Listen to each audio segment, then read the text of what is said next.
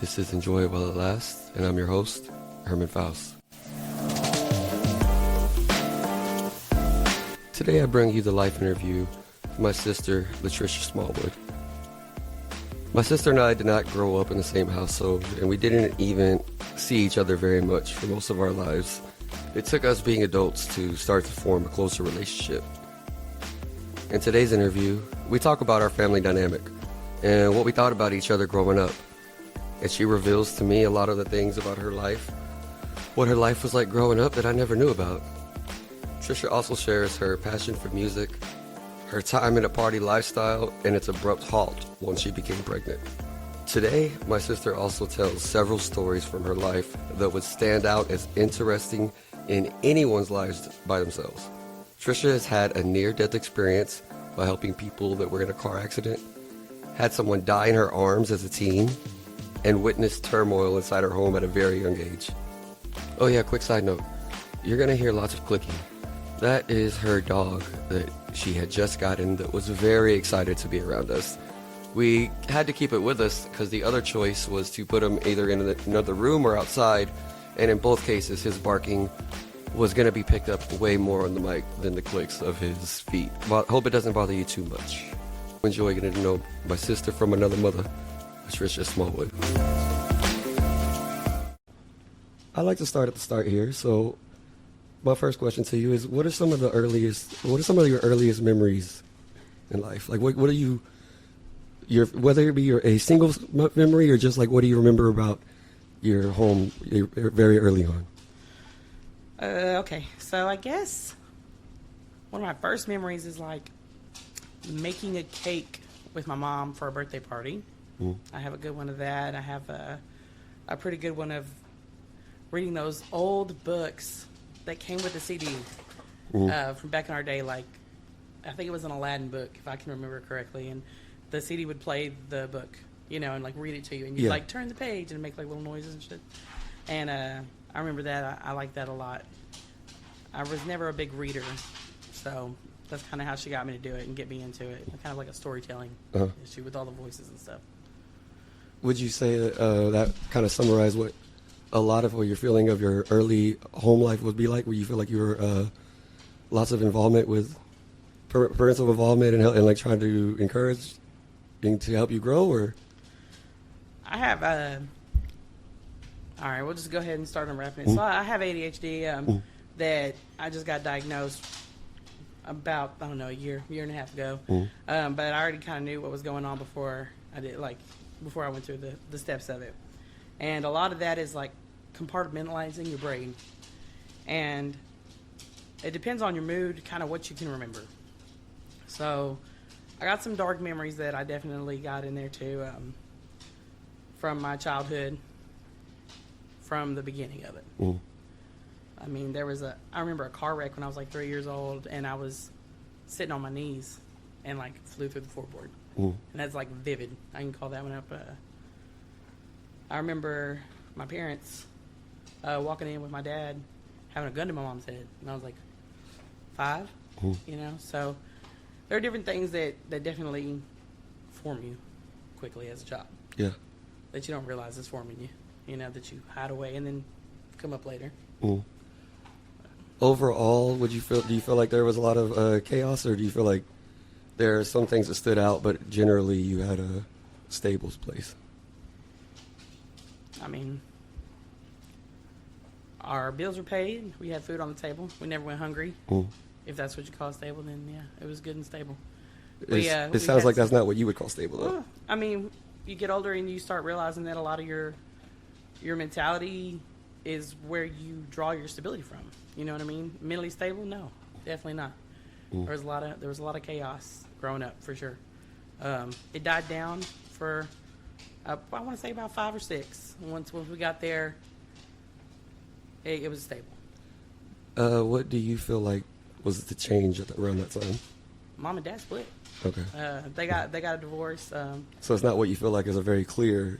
It it was a very clear line of what changed. Yeah, I think one of the deciding factor there. We were in an apartment. Mom and Dad had already split. We were in an apartment, and Mom started pulling us out of a window and we were going somewhere else.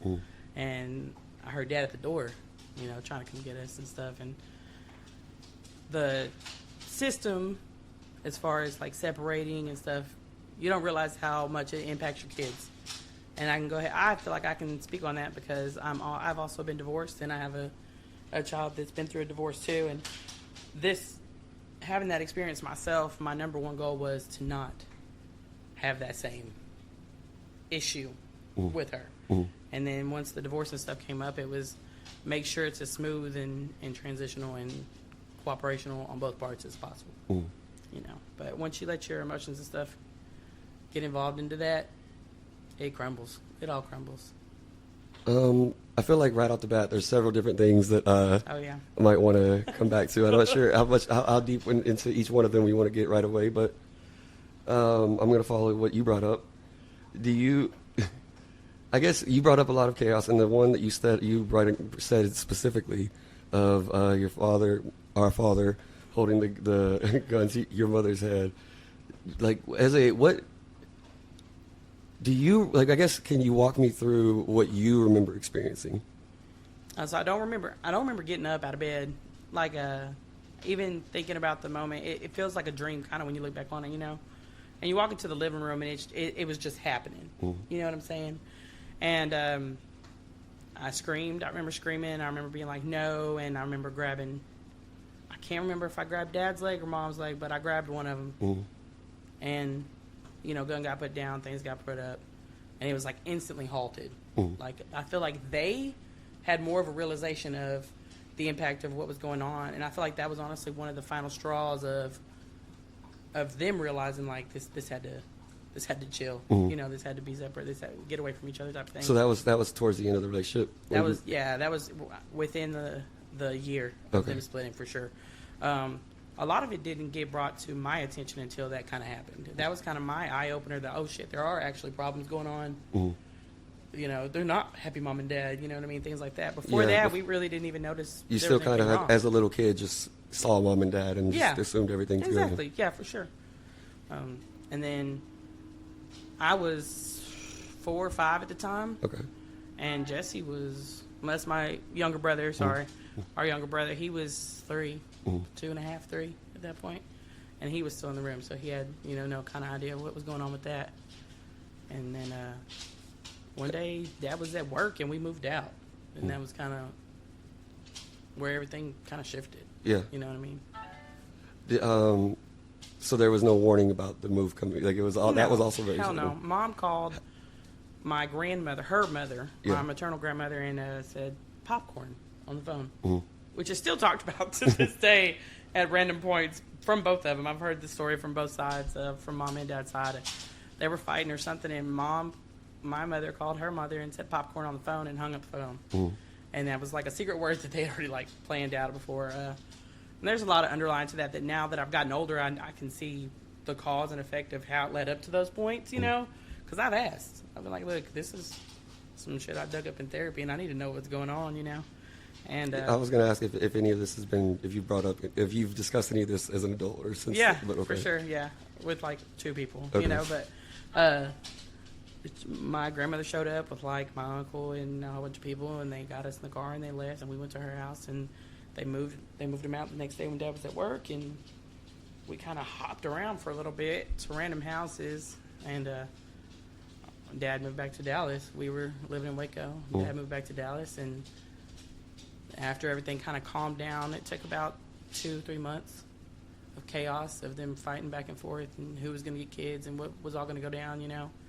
And then after that, they actually went to court and did the whole thing and established the visitation. And do you feel like things, I know obviously you feel like things were overall smoother. Do you feel like individually with both parents things got better? Oh, yeah. I say this all the time, that my mother and my father are great parents apart. Okay. You know, they both have their downsides, but they made it work for us no matter what it was then, you know. And it was kind of a night and day thing once they split. It was real weird. On both sides? Yeah. Because, I mean, Mom kind of stepped up because she had to. It was like, let's do it. You know what I mean? She had to raise 2 kids on her own. And Dad stepped up because it was like he only got to see us, every other weekend, if that. Mm. And so that was the time that he got to spend with us. So he made the most of that time. Sure. So we kind of got the best of our parents at that point. During that time, how would you say that affected your relationship with Jesse? Obviously, you two growing up, experiencing that together in the same household, but it sounds like he also might have been young enough to miss the worst of the memories. For sure. Do you feel like that affected y'all? That growing up in that situation affected y'all relationship at all, or do you feel like it changed early enough to where it didn't have any impact on you guys together? Well, if you ask either one of our parents, they'll tell you 1,000% that Jesse's always been my kid, and I was never in that role. That was my baby doll. Like I protected him no matter what it was, and I guess that also stems from the trauma. Like I didn't want Jesse to know all the crazy shit going on. I didn't want him to see the bad parts or the things that I knew about. And I tried to keep it like that for a long time. And sometimes I look back on it and I think maybe if he saw half or a little bit of the things that I did, would that have changed either one of our pathways growing up? You know what I mean? Because I feel like I grew up really fast, like a lot faster than normal people should have, because I felt like I always had to be the leader and take care of everything, no matter what it was. Like, it's depending on, well, Dad doesn't know this because he's not there all the time, so I got to make sure Dad knows such and such, you know what I mean? Or, Mom's busy, she's at work, she's got to work crazy hours, so I got to make sure this and this is done, You had certain responsibilities to both parents and also to Jesse at a very early age. Immediately, yeah. Probably 6, 7. I was like, yeah, there we go. Let's get it done. I can relate to that a bit in both levels.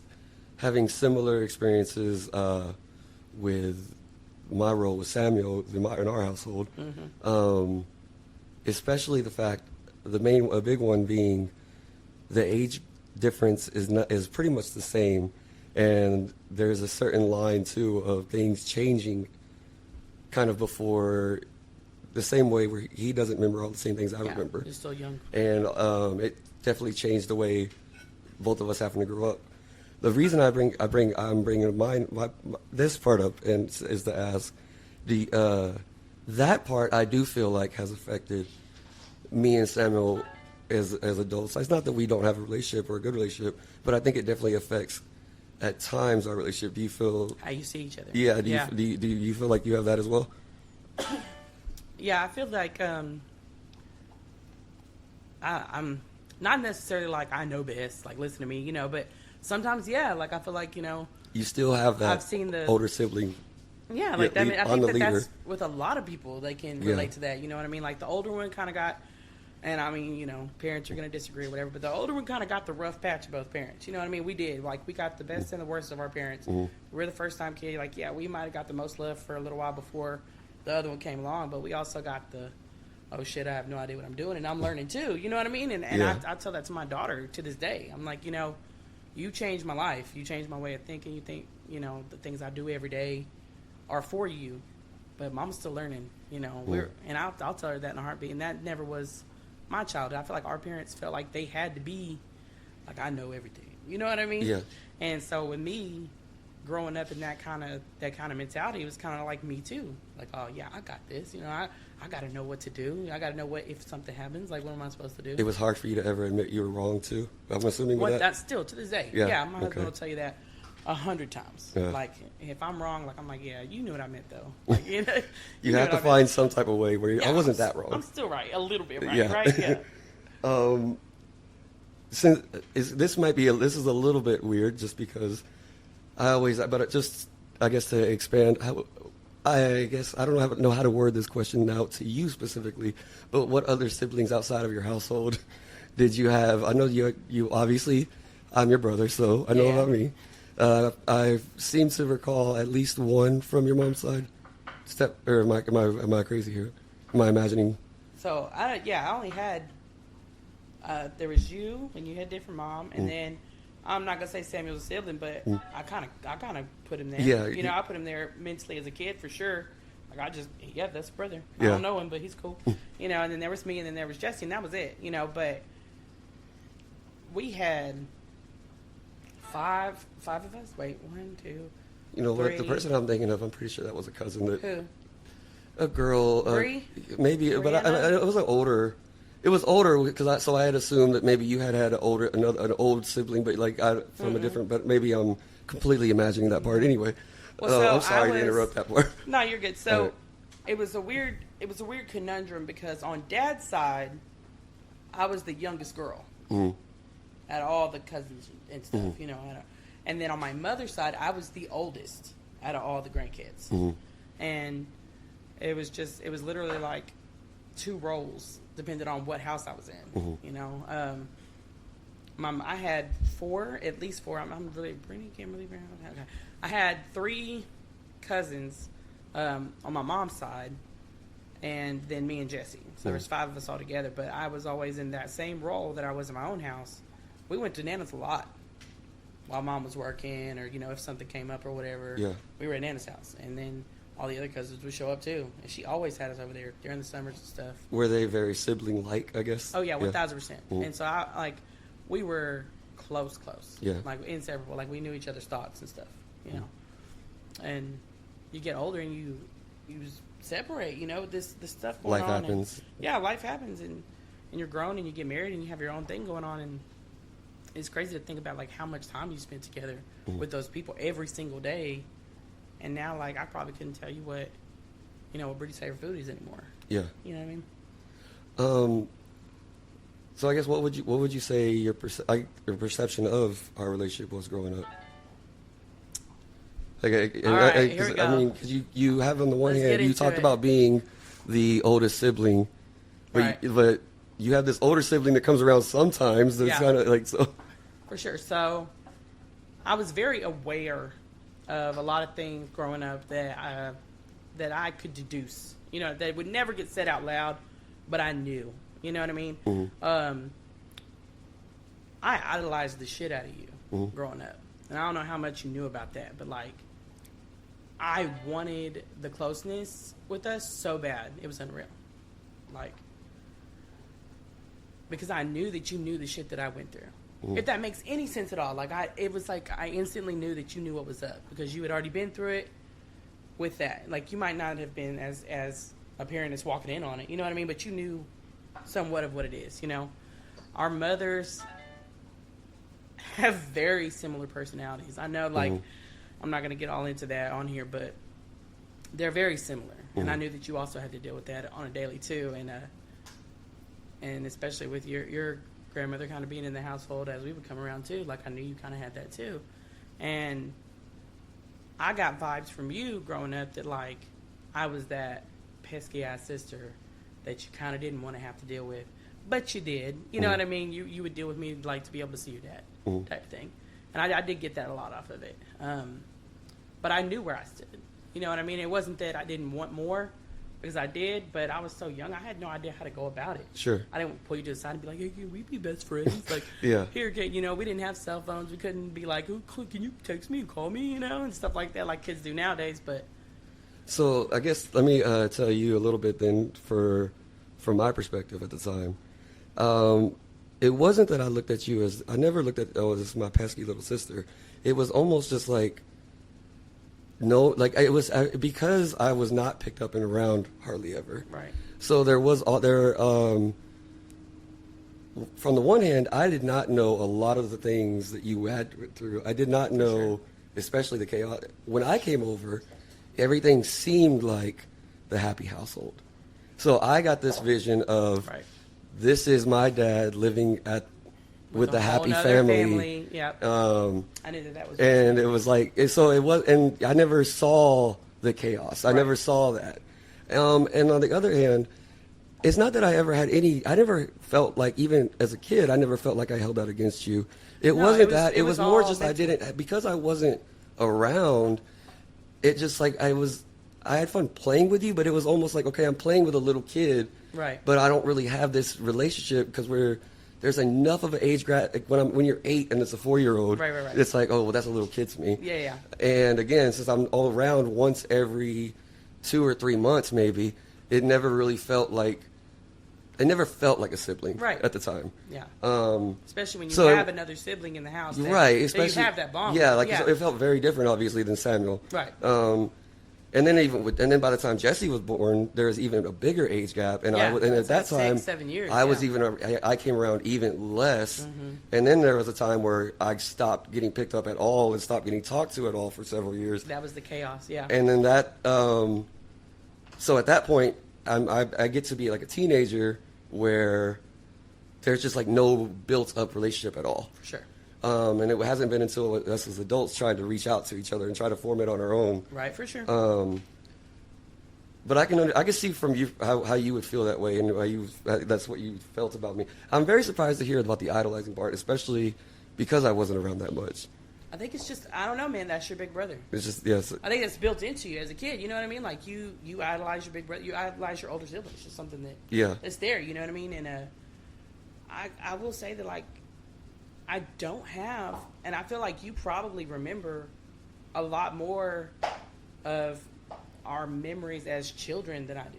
Mm-hmm. I don't have a lot of that. Like, it's been blocked off for years, you know? Yeah, and because a lot of it was when you were really little, too. The first few years, like I said, is I'm playing with you as like you're a baby or as a little kid. Yeah, and Mom has said a few times where, like, yeah, when Herman would come over, and I'm like, fucking when?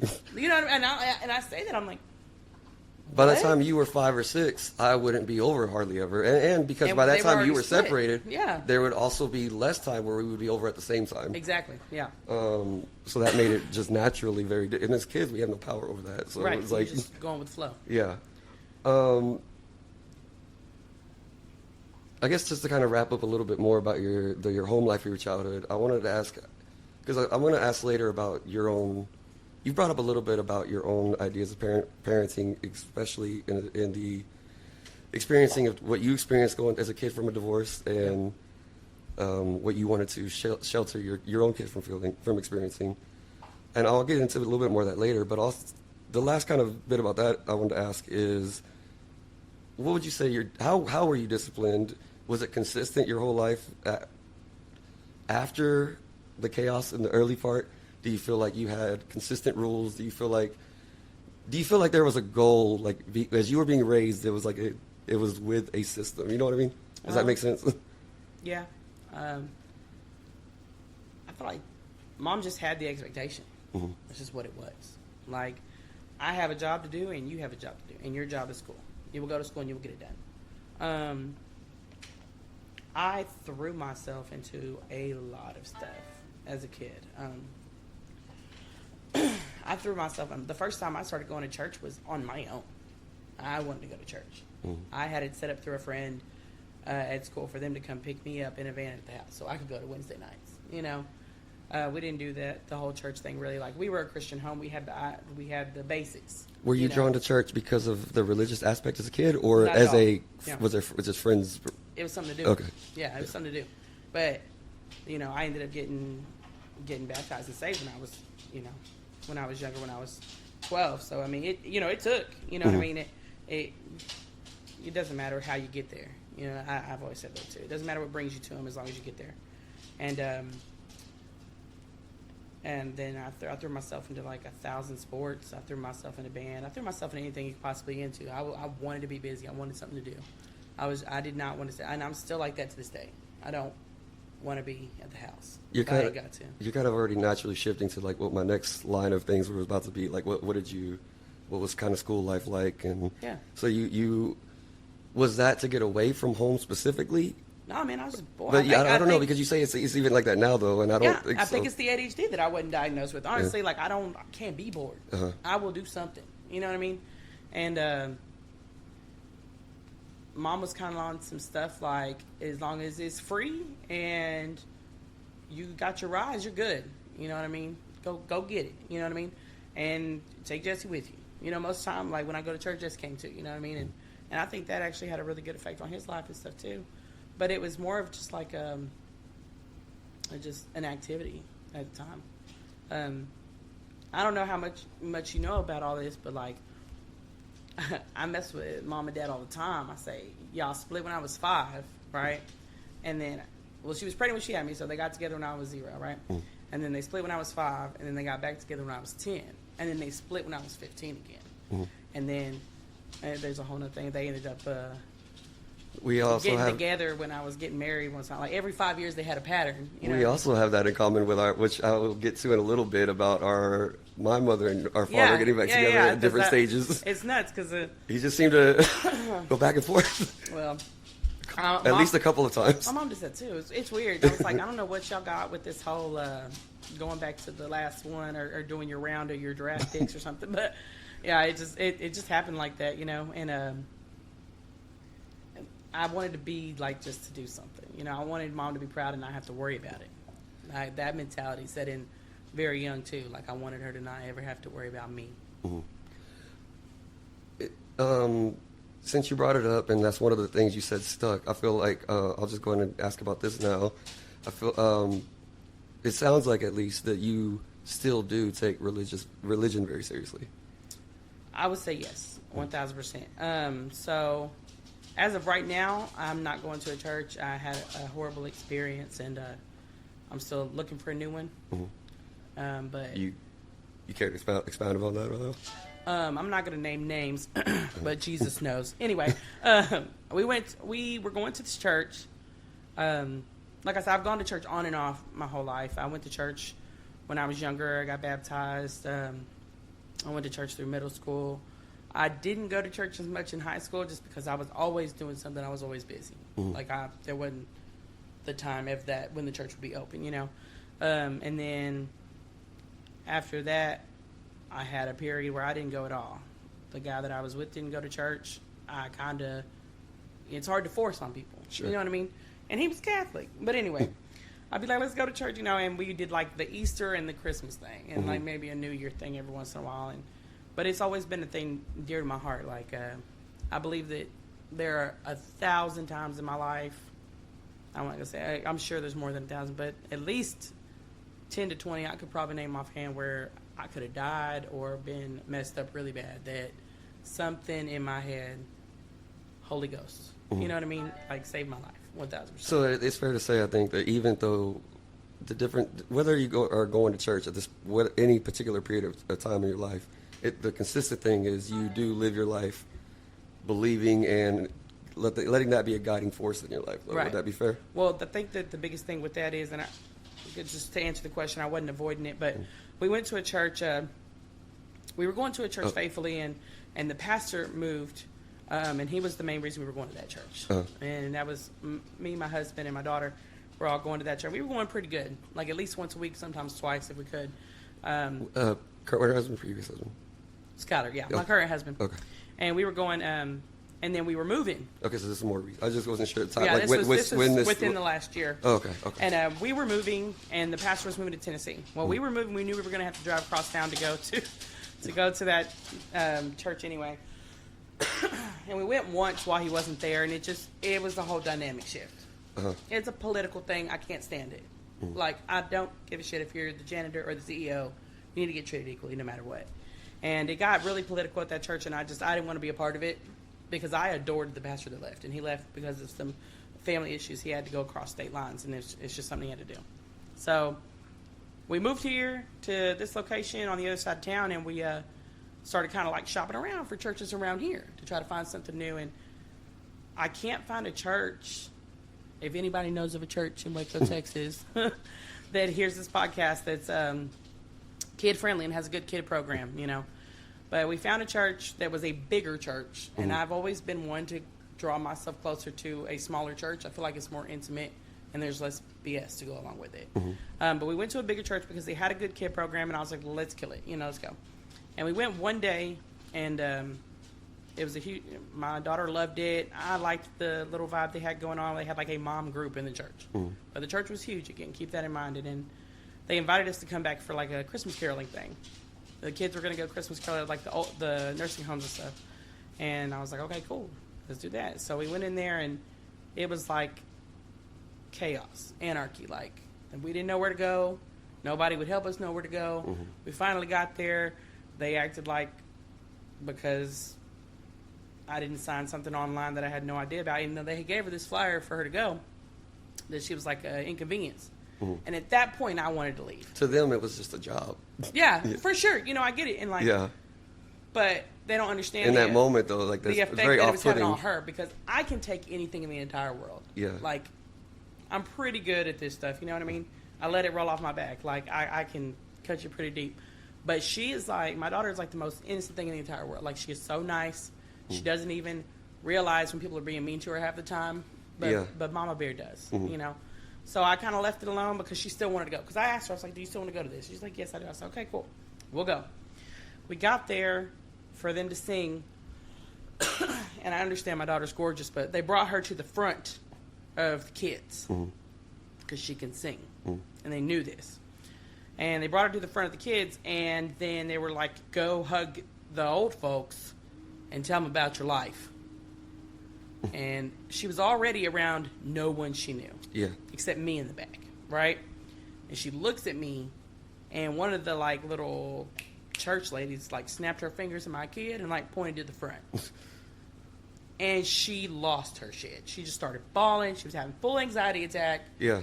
And it was like nobody around her knew what was going on. It's like we were in the Twilight Zone, man. It was like they were just trying to ignore the fact that she was crying while still singing songs about Jesus. And I was like, she like ran to me and I was like, come on.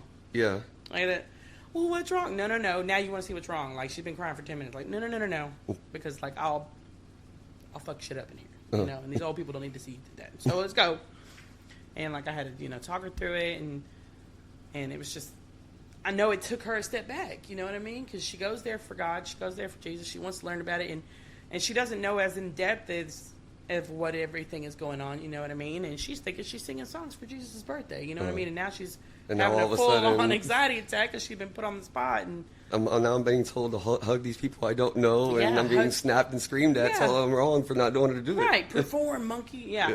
So it was the whole thing. So I was like, I sent a very long essay in the form of a text message and just was like, I hope nobody else has to go through the kind of thing that we went through. And like, I'm not telling you this for any kind of sympathy. I'm telling you this so you don't do anybody else like this, because I don't care how big you are, you know.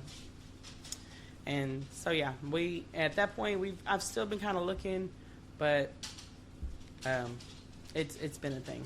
It's been a whole thing to try to find a new church, because it takes a while to find a good one that you actually like and you fit in.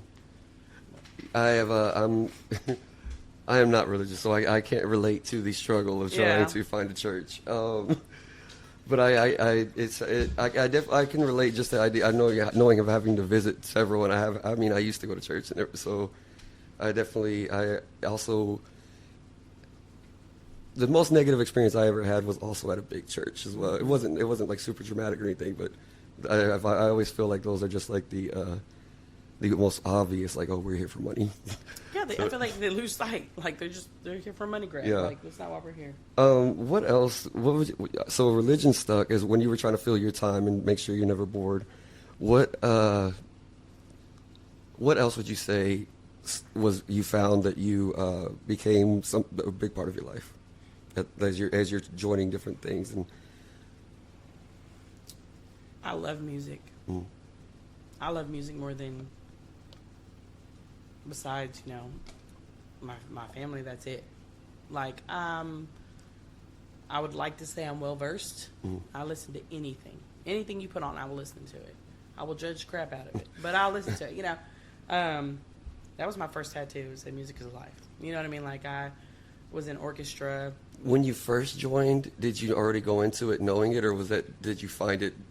Was that just one you were joining to fill time, and then you're like, oh wait, I like this? Oh no, I've always loved music. Okay. I was, I have a very distinct memory of me having a karaoke machine with a little microphone attached to it and singing at the top of my lungs to whatever CD was in the karaoke player. You know, wasn't even a karaoke CD, mind you. I was just singing along to whatever it was. Any kind of music in the world is great. I think music is better than therapy sometimes, honestly. I think it can change your mood at the drop of a hat, depending on what song it is. I think music can bring up memories. I think music can block out some things if you need it to, you know what I mean? It's proven. There's been scientific studies all over the world saying that, I was gonna say, I feel music like affects your brain. there's actual data-driven studies that show, for sure. backing up what you're saying. But but it's very powerful emotional experience for a lot of people too. yeah, I mean, sure. some people. I feel like I was thinking about it. I feel like it can be for everybody. Just some people are impacted by it a lot more than others, obviously. But yeah, and like I don't need those kind of people in my life. You know what I mean? No, I'm just kidding. But I don't get it. You know, and I feel like people listen to music differently too. You know, you listen to the actual music part of it, or you listen to the lyrics. You know, but you can figure out whatever you like in it. Yeah. You know? How do you feel like how would you describe your social life throughout the years? You talked about your family, your home life, and you talked about things. Did you find a lot of your friends in these different hobbies you had, or did you have just I guess instead of me continuing it, how would you describe your social life? I thrive no matter what I'm in. Okay. I know that's weird. I've always been really good at social cues and things like that. You know, as I'm getting older, I feel like I'm worse at social cues. Maybe just because I doubt myself on them now. With society changing, with everything being, you know, text messages and social media and blah blah blah. I wonder if this person might just be awkward, or is it an actual feeling that I should pick up on? You know what I mean? I don't know how that kind of just. It's like we were talking about earlier. It is different for sure now as I'm older because the parental has set in too. So I have this weird paranoia that I've never had before. I was never scared of nothing growing up. I wasn't scared of shit. And then I have this thing that I have to like protect. And not only protect them, but like I feel like when we got raised, it was like you got your meals, you got your house, I paid the bills, we're doing this thing. But I feel like there's a different level to the shit now because for me, that's not the expectation. Like that shit's going to happen regardless. You know what I mean? The expectation is to actually raise this person to be able to survive the shit show that we're in now. Be more of a shaping. And make it better. Yeah. And they make it better, if not for the world, but at least for yourself to be better and stable in this environment that's getting progressively worse, in my eyes anyway.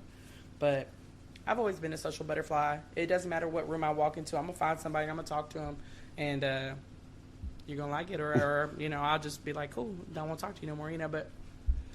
Would you say part of the reason you say nowadays it's a little bit maybe becoming harder?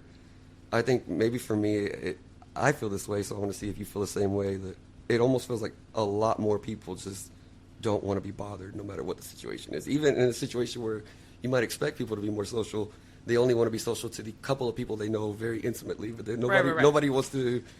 Not many people want to expand or make new connections. Yeah, like Drake said, no new friends. Yeah, That's this has been going on forever. Like, everybody's talking about how it's been since COVID. That song came out fucking 10 years before COVID did. You know what I mean? It's been a stigma that's been pushed on us so hard. And I think, and this is the conspiracy theorist Trisha talking, but I think that that's part of it. I think they want us to be separated. I think that they want us to be divided and not know each other because, like, if shit shut down right now, how many of you... right now, could actually go to your next door neighbor's house and know their names and have the balls to say, are we good? Can we do this together? Like, I have this, you have that, let's figure it out.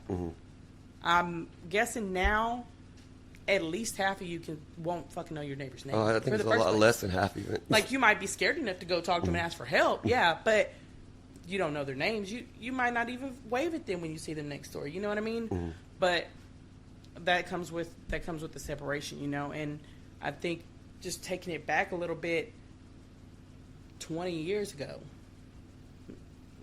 30, it would have to be about 30 years ago, you know, when we were born and we were kids, like, my mother knew my next door neighbor. I knew who my next door neighbor was. I knew the cool gay black dude that lived in the duplex next to us that let us borrow the VCR to make bootleg Disney tapes on. You know what I mean? Like, you had that connection, like, and he didn't do it for anything he needed. He did it because he knew she had a kid. Yeah, just because y'all were Disney just because y'all were neighbors, and that's how it was.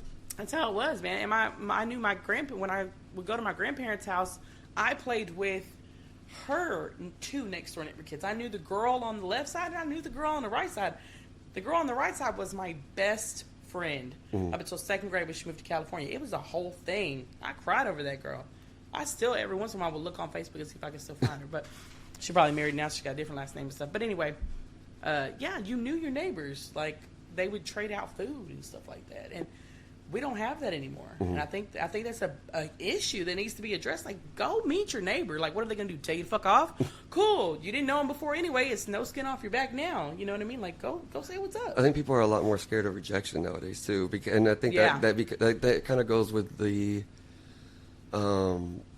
lack of social interaction. You're not used to it, so it impacts you a lot more. For sure. And kind of just piggybacking off of what you said a second ago, I will say COVID was not the start of a lot of things in our society. What it did do, it just fast tracked a lot of different things. We were already kind of headed in a certain direction, one way or the other. Right. It just kind of like made us get there a little bit quicker, a lot, get further along at least a little bit quicker. I think a lot of that has to do with but that's a conversation for another day.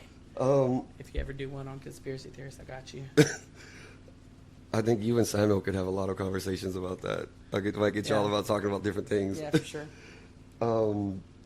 What was your goals throughout the year, and what the goals? What did you want to be like throughout your life? Did it change dramatically, or did you have a certain goal in youth and then in adulthood, or? I wanted to be a cardiothoracic surgeon for a really long time. Mm. And I had a kid die in my arms, and I gave that up very quickly. I was like, hell no. And I was actually a little older when that happened. I want to say 15, 16, when that, she was about 6 maybe.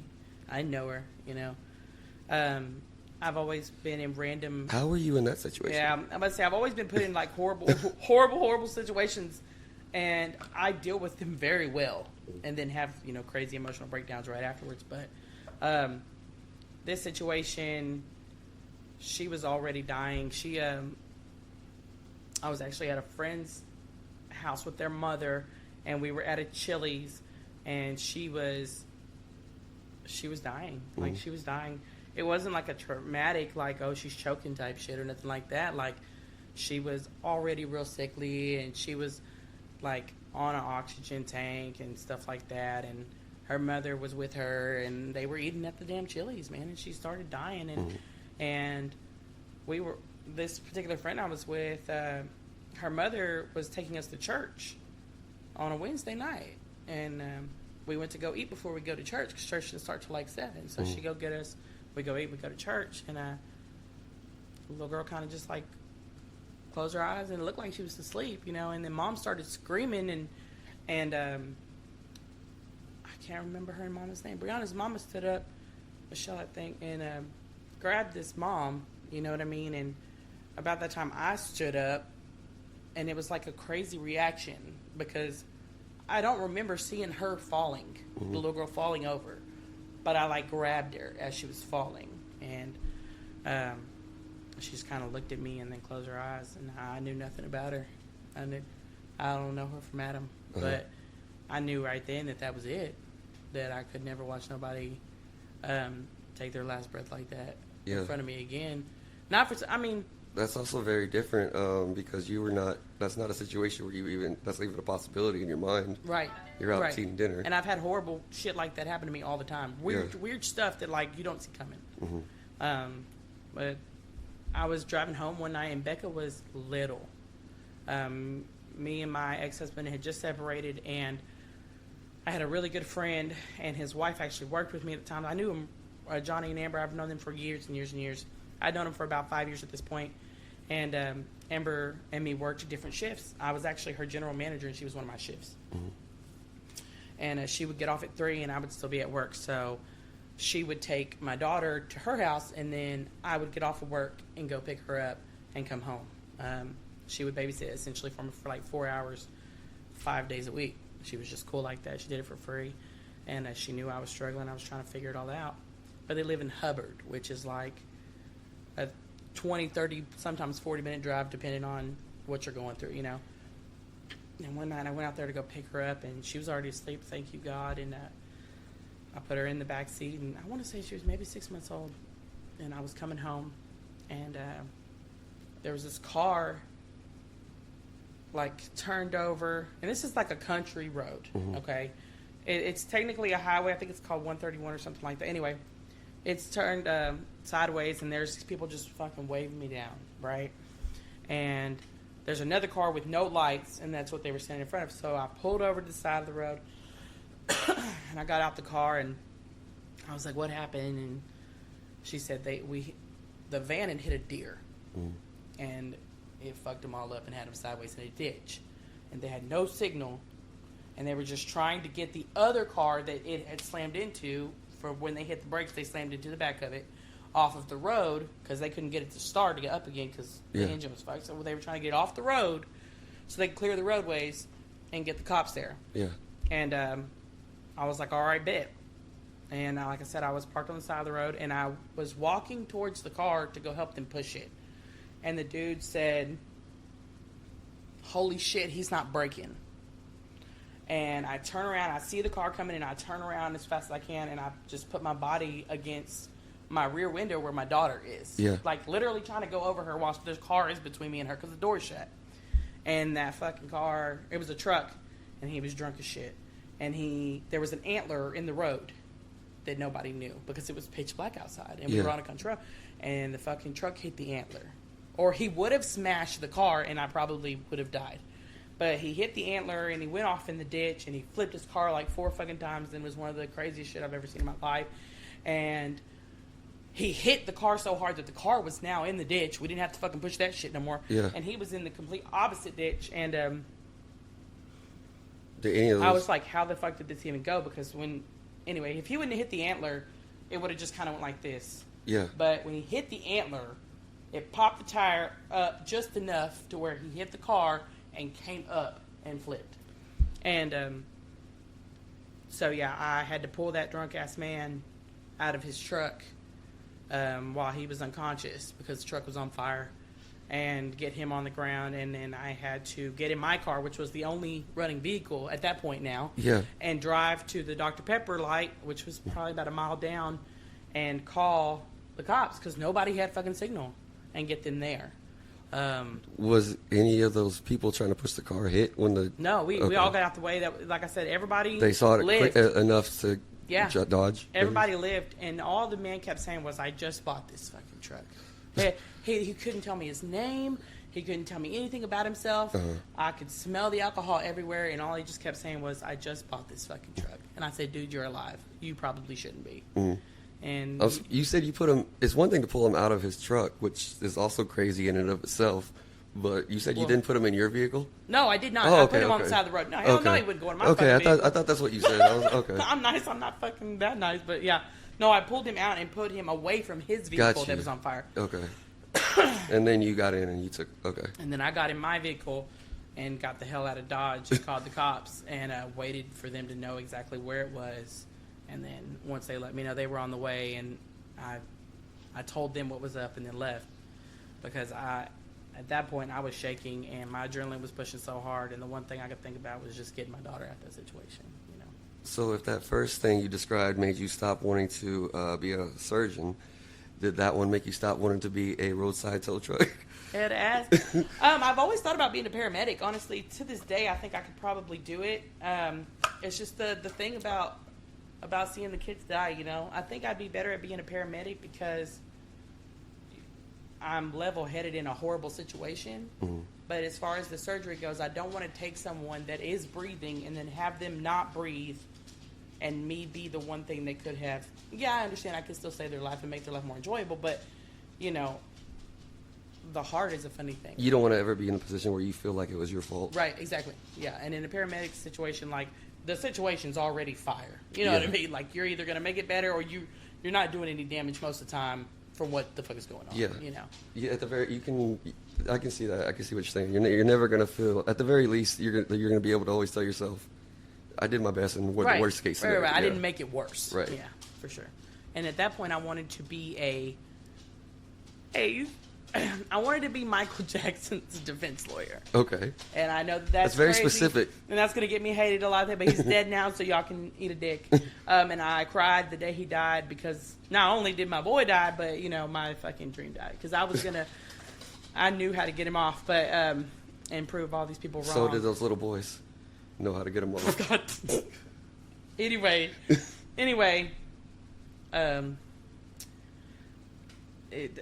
Yeah. Did you want to be a lawyer because you wanted to be like? Did you actually want to be a lawyer though? I wanted to be Michael Jackson. So just that. Okay. I've always been told that I could be an amazing lawyer. I think I probably still could to this day. I'm pretty damn good at it. I've had to represent myself in a couple cases, so I think I got it. But yeah, I think I could have done it. I think that there's a lot of shit going on that I could have done.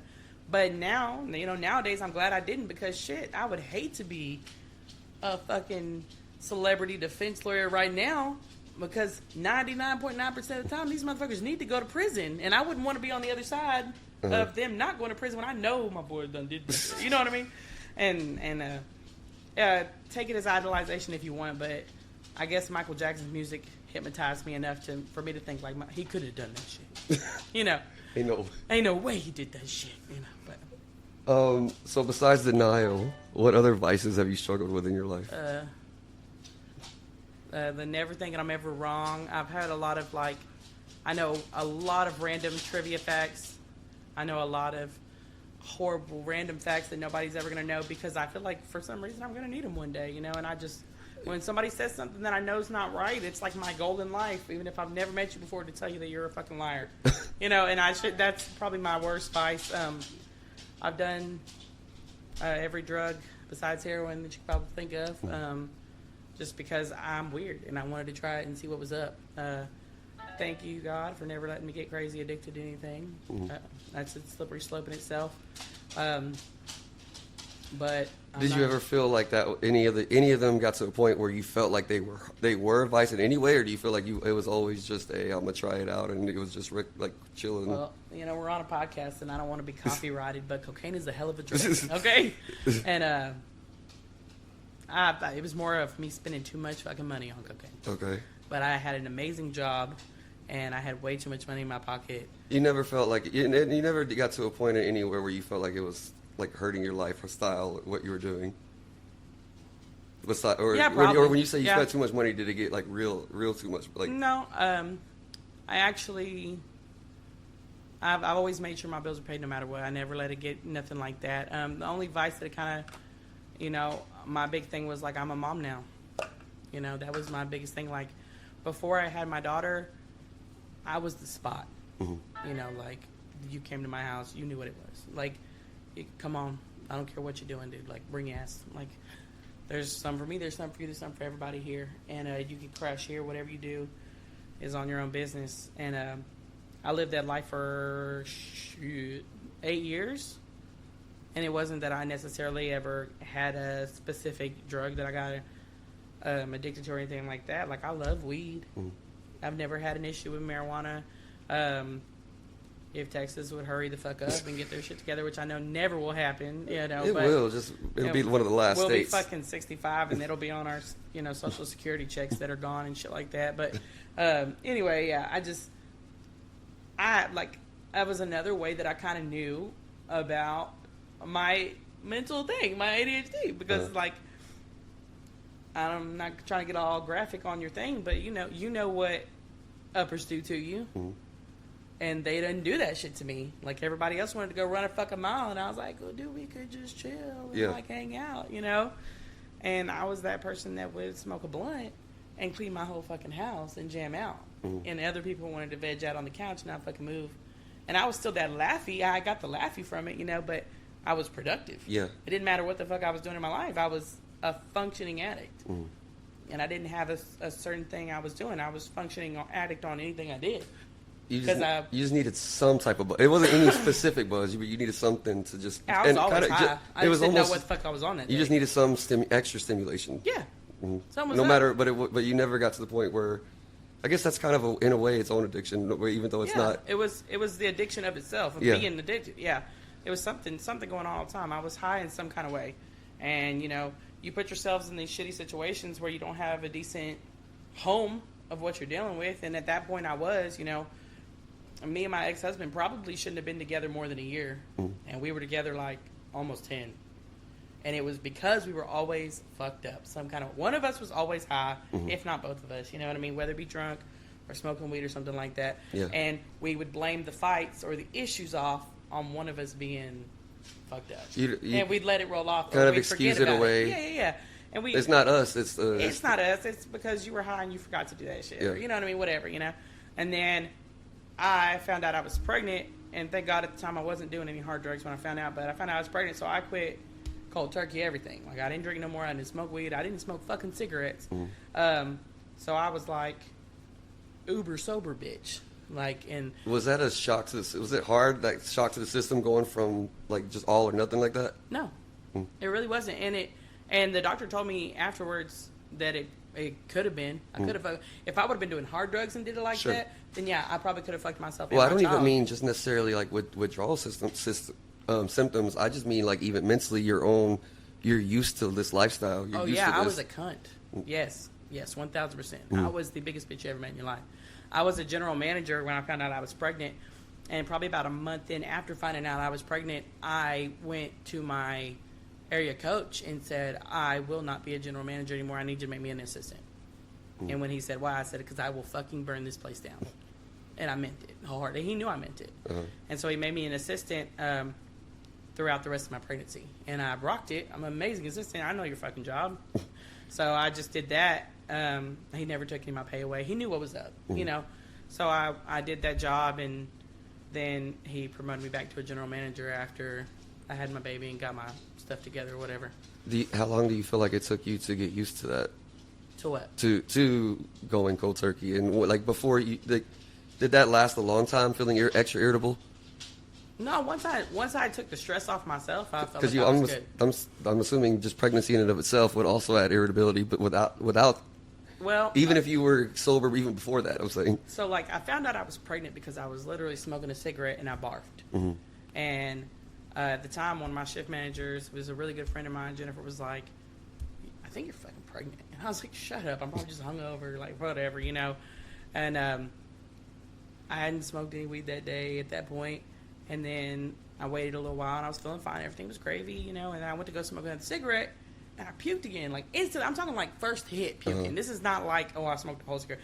It's like the first time I'm hitting a cigarette and I'm puking. And she's like, you're fucking pregnant. And I had been told at a very young age, I'm about 16 years old, that I couldn't get pregnant. That it would be very hard for me to get pregnant if I ever wanted to try. So I had kind of accepted the fact already that I wasn't going to have kids. I'd been with this dude for 8-9 years at the time, and we'd been fucking like bunnies with no protection, and nothing had ever happened. Yeah. So it was easy for me to go cold turkey because cigarettes made me sick. Smoke was making me sick, like nauseous, to the point where I couldn't deal with it. So it kind of lost all its appeal just by that. And the only time I ever drank was when we partied. Like, I've never been that person to go get drunk by myself. Okay. It was always a social drinker thing. So it was really easy for me to quit and go cold turkey because it was nauseating. And I think that kind of played a large part into why my marriage came to such a difficult head that it did. So I was definitely stressing. I just wasn't stressing over the job no more. I was stressing because, you know, somebody had the mindset of like, why I gotta quit? You quit. Why do I gotta quit? Type shit. And I was like, you're fucking nauseating me. Like, I don't even want to kiss you right now because I want to puke, you know? And it was a different thing, you know? And I think that the bitterness there kind of settled in because I saw everything with the sober eye. I was like, oh, this shit really is an issue. All these things are really an issue. The things that you had previously dismissed. That we had previously dismissed, yeah. And now that we've both gotten older and he's also gotten sober and gotten his shit together, we both can look on that and say, like, yeah, you fucking... We should not... We both probably... admit it. Yeah, like... And we were really good friends before we started messing around and stuff like that, you know, and it expanded from there. And I think we both were just kind of each other's comfort. And that's why it lasted, again, as long as it did, because that's still my boy. Like... Chris is the shit. I'll give him that. Like, he's still, I know a lot about him, you know. Like, we spent 10 years together. Like, I ain't got nothing wrong against you, but I think it's that kind of that same situation. Like, we're great parents apart. We just cannot be together. It's toxic as hell. We bring out the worst. That what you said a second ago makes sense, that you would find, like, when combining with describing your feeling of chaos in a lot of your aspects of your life early on, that if you find somebody that you feel safe and comfortable with, it's going to take a lot longer until you're going to need to feel a lot more stable in other areas of your life before you're ready to let that type of thing Or go. the comfort has to leave. Yeah. Yeah. So once you brought it up a couple times, how it's changed your mindset, becoming a parent. Do you feel like you have a overall philosophy as a parent, something that you're just to kind of like what I mean by that? Whenever I'm raising my kids, I kind of look at them and I always try to keep in mind the adult that they're going to be. And I keep that, I don't obviously, it's not like I talk to them like that now, but I always try to have that end goal. Whatever decision I'm making, that's kind of like my guiding factor. Right. Is there any particular thing that you have that you hold is an overall like, oh, this is my philosophy, or just a value that you feel is super important? And it doesn't have to be just one, but whatever you hold is like the highest. Well, when Becca was born, I didn't ever see myself in her very much. She looked just like her daddy when she was born. Mm. And everybody says she looked like me, but I didn't see it for some reason. I just didn't. I didn't see it. Like, I knew she was my child, and I loved her with everything I had. But as she's gotten older, like, that's my carbon copy. Mm. And it's scary because I know all the crazy shit that I did growing up. And I didn't have the openness. I was just talking to Jesse about this because when I said that I was doing the podcast, we kind of got to a little, anyway. And I was like, our role as children then was to be seen and not heard. Go do kid shit. Like, stay out of grown folks' business. You know? At least that's what it was for me. And I'd hear everything. I'd know what was going on. I heard the gossip. I heard the crazy shit going on. But it was never my input to understand it. And I want Becca to know what the world is coming at her with. I want her to be able to not only live, but thrive, you know? I try to be as open and honest with her about everything that I possibly can be. Of course, I still kid it up, you know, when I need to. Mm-hmm. But with Jessie going to jail, you know, her uncle going to jail, I told her what was up, you know. You make some bad decisions, you got to go to jail. Like, Uncle Jesse got addicted to some drugs, he had to go to jail. You know, he had to get his shit together. Mm. She recently has asked me about, I feel like if you're honest with your kids and you let them know, they have more of a conscious mind to make sound decisions when the world hits them in the face with the shit that's coming. Mm-hmm. And I keep her busy. I don't want her getting bored. I want her to be able to keep up with the shit that life has to throw at her. I make sure that she understands if something goes wrong and she's getting in trouble. My main goal is not to punish her so she doesn't do it again. My main goal is for her to understand what she did wrong and why it's wrong. You want to be more of a teacher than a punisher. Yeah, because if you do this shit out in the real world, these are the consequences that could happen. Mm. Like, thank God we're doing it now, and you're getting a different punishment. You know what I mean? And then I try to bring that same mentality to her. Like, I want to get to it before somebody else does. But I don't think you can write a book. Goddamn, somebody should have done it. They would be winners by now. They'd be millionaires. And people have sitting here and wrote parenting books, and they can write all the parenting books in the world. But no, it's not going to work for every kid. Every kid's different, you know. Some kids aren't going to respond the way that you want them to. Sure. I mean, every human's different. So, and not just every kid is different. Every parent is different. So you can't tell one parent to do act a certain way, and like, well, that doesn't fit my personality. And if you come across as false, kids will pick that shit up too. Immediately. Yeah. My kid can spot a bullshitter from a mile away. Mm. She can tell me somebody's lying in HEB while they're on the phone with somebody. I want to take a step backwards before we go forward a little bit. Do you know how old you were whenever our dad got back with my mom and moved back in with her? Oh shit! Hold on, yeah. Because I know Samuel was in high school, and you and him are almost the exact same age. But I don't know if y'all are like 1 year apart, and I don't know what grade. Okay, this is gonna be a horrible story, but I'm about to tell it anyway. Okay, this is how I know. I was 15. Okay. I was 15 years old because, no, I was 16. I had just turned 16. The school year had just started or whatever, and Dad had moved in like the summer before, so 2008. Okay. I guess, yeah, that sounds right. 2008, 2009. 2009. I know that sounds right because that's early on in me and I would say somewhere probably 9 or 10 just because it was 10. It was early in me and Brenda's relationship, but we had at least been already living together. Yeah. So it was somewhere early. It was somewhere around there for sure because your mother took me to Frederick's Okay. to get a skanky outfit because I was going to see my Marine boyfriend.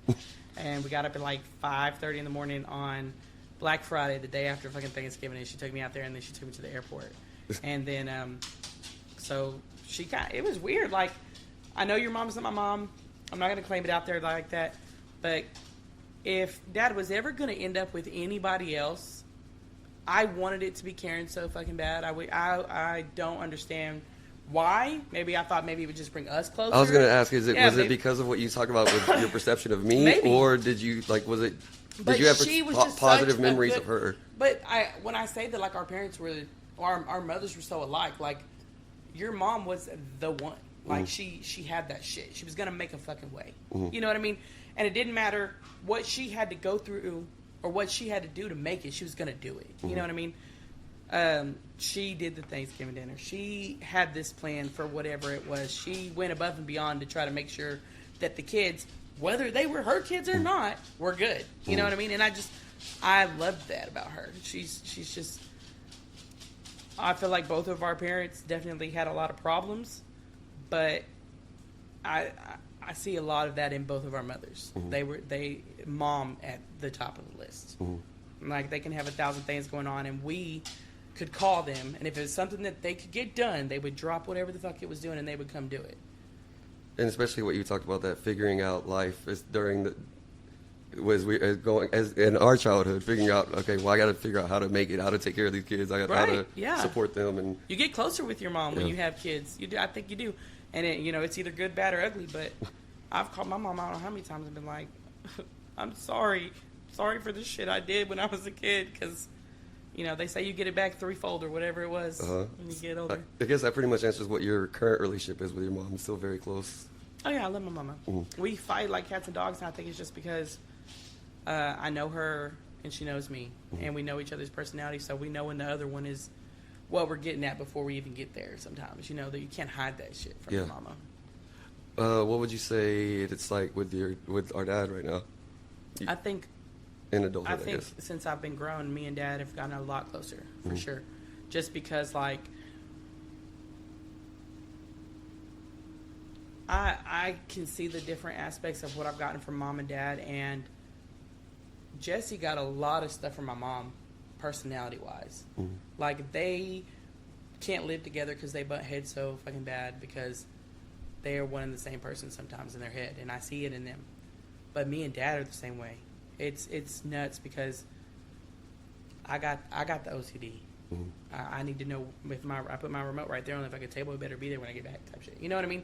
I got the like work ethic that it doesn't matter if my leg bone is sticking out. Like, I gotta call my boss. Like, I have that thing. You know what I mean? And it, seeing as I gotten older and knowing what's going on with that, I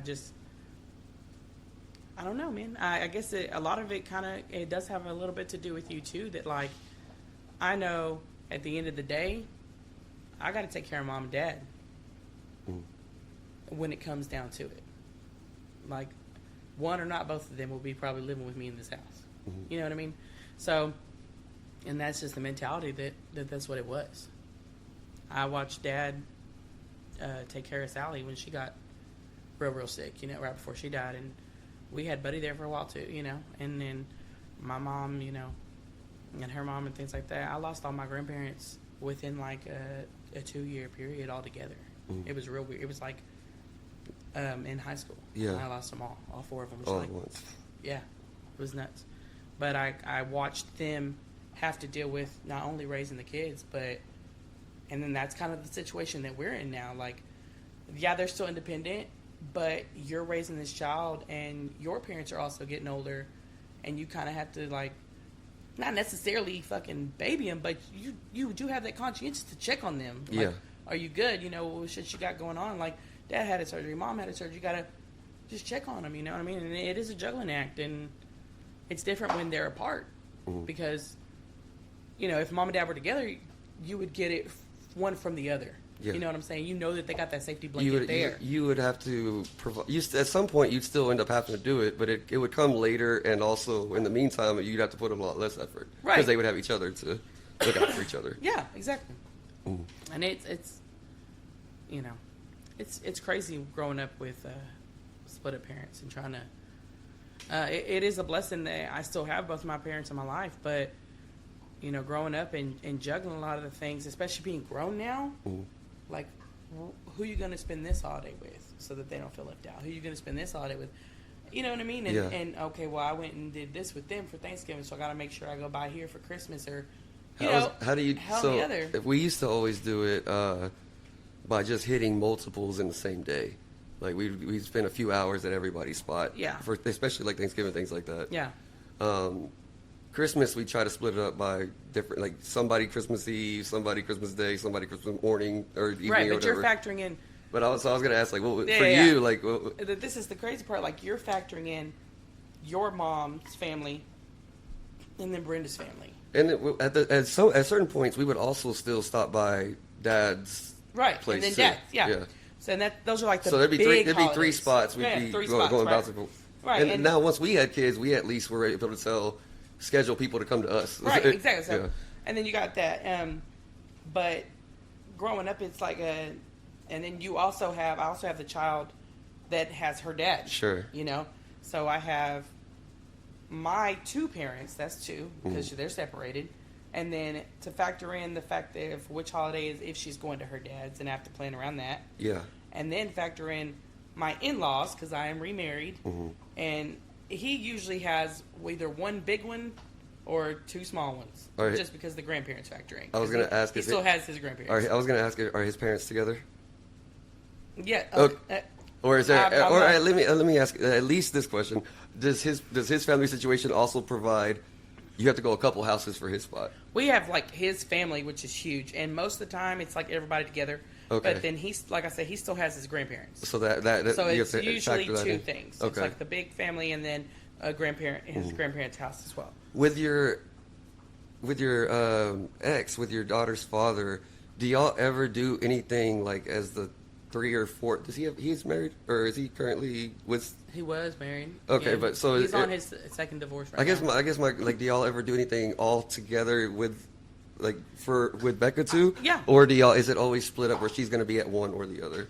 Well, so if it's like a holiday, it's usually split up. But if it's an event for Becca, Okay. we're all Gucci. Sure.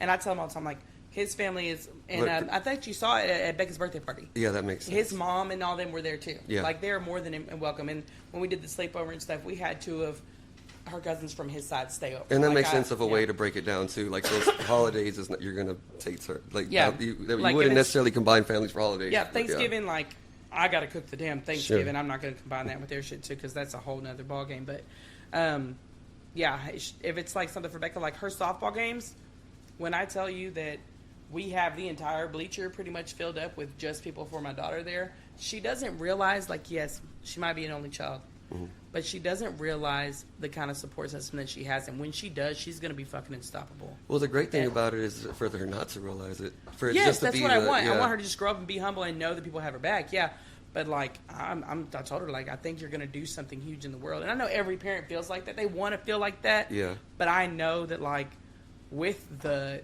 edge she has already, she's got half a Waco in her back pocket, and she doesn't even realize it. Like, I hope she doesn't see this when she's a teenager or something. Like, don't listen to this.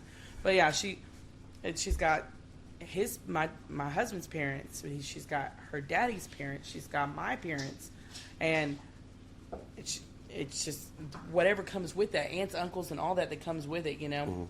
And they reach to the ends of the earth for her. Like, I don't know how to explain anything other than that.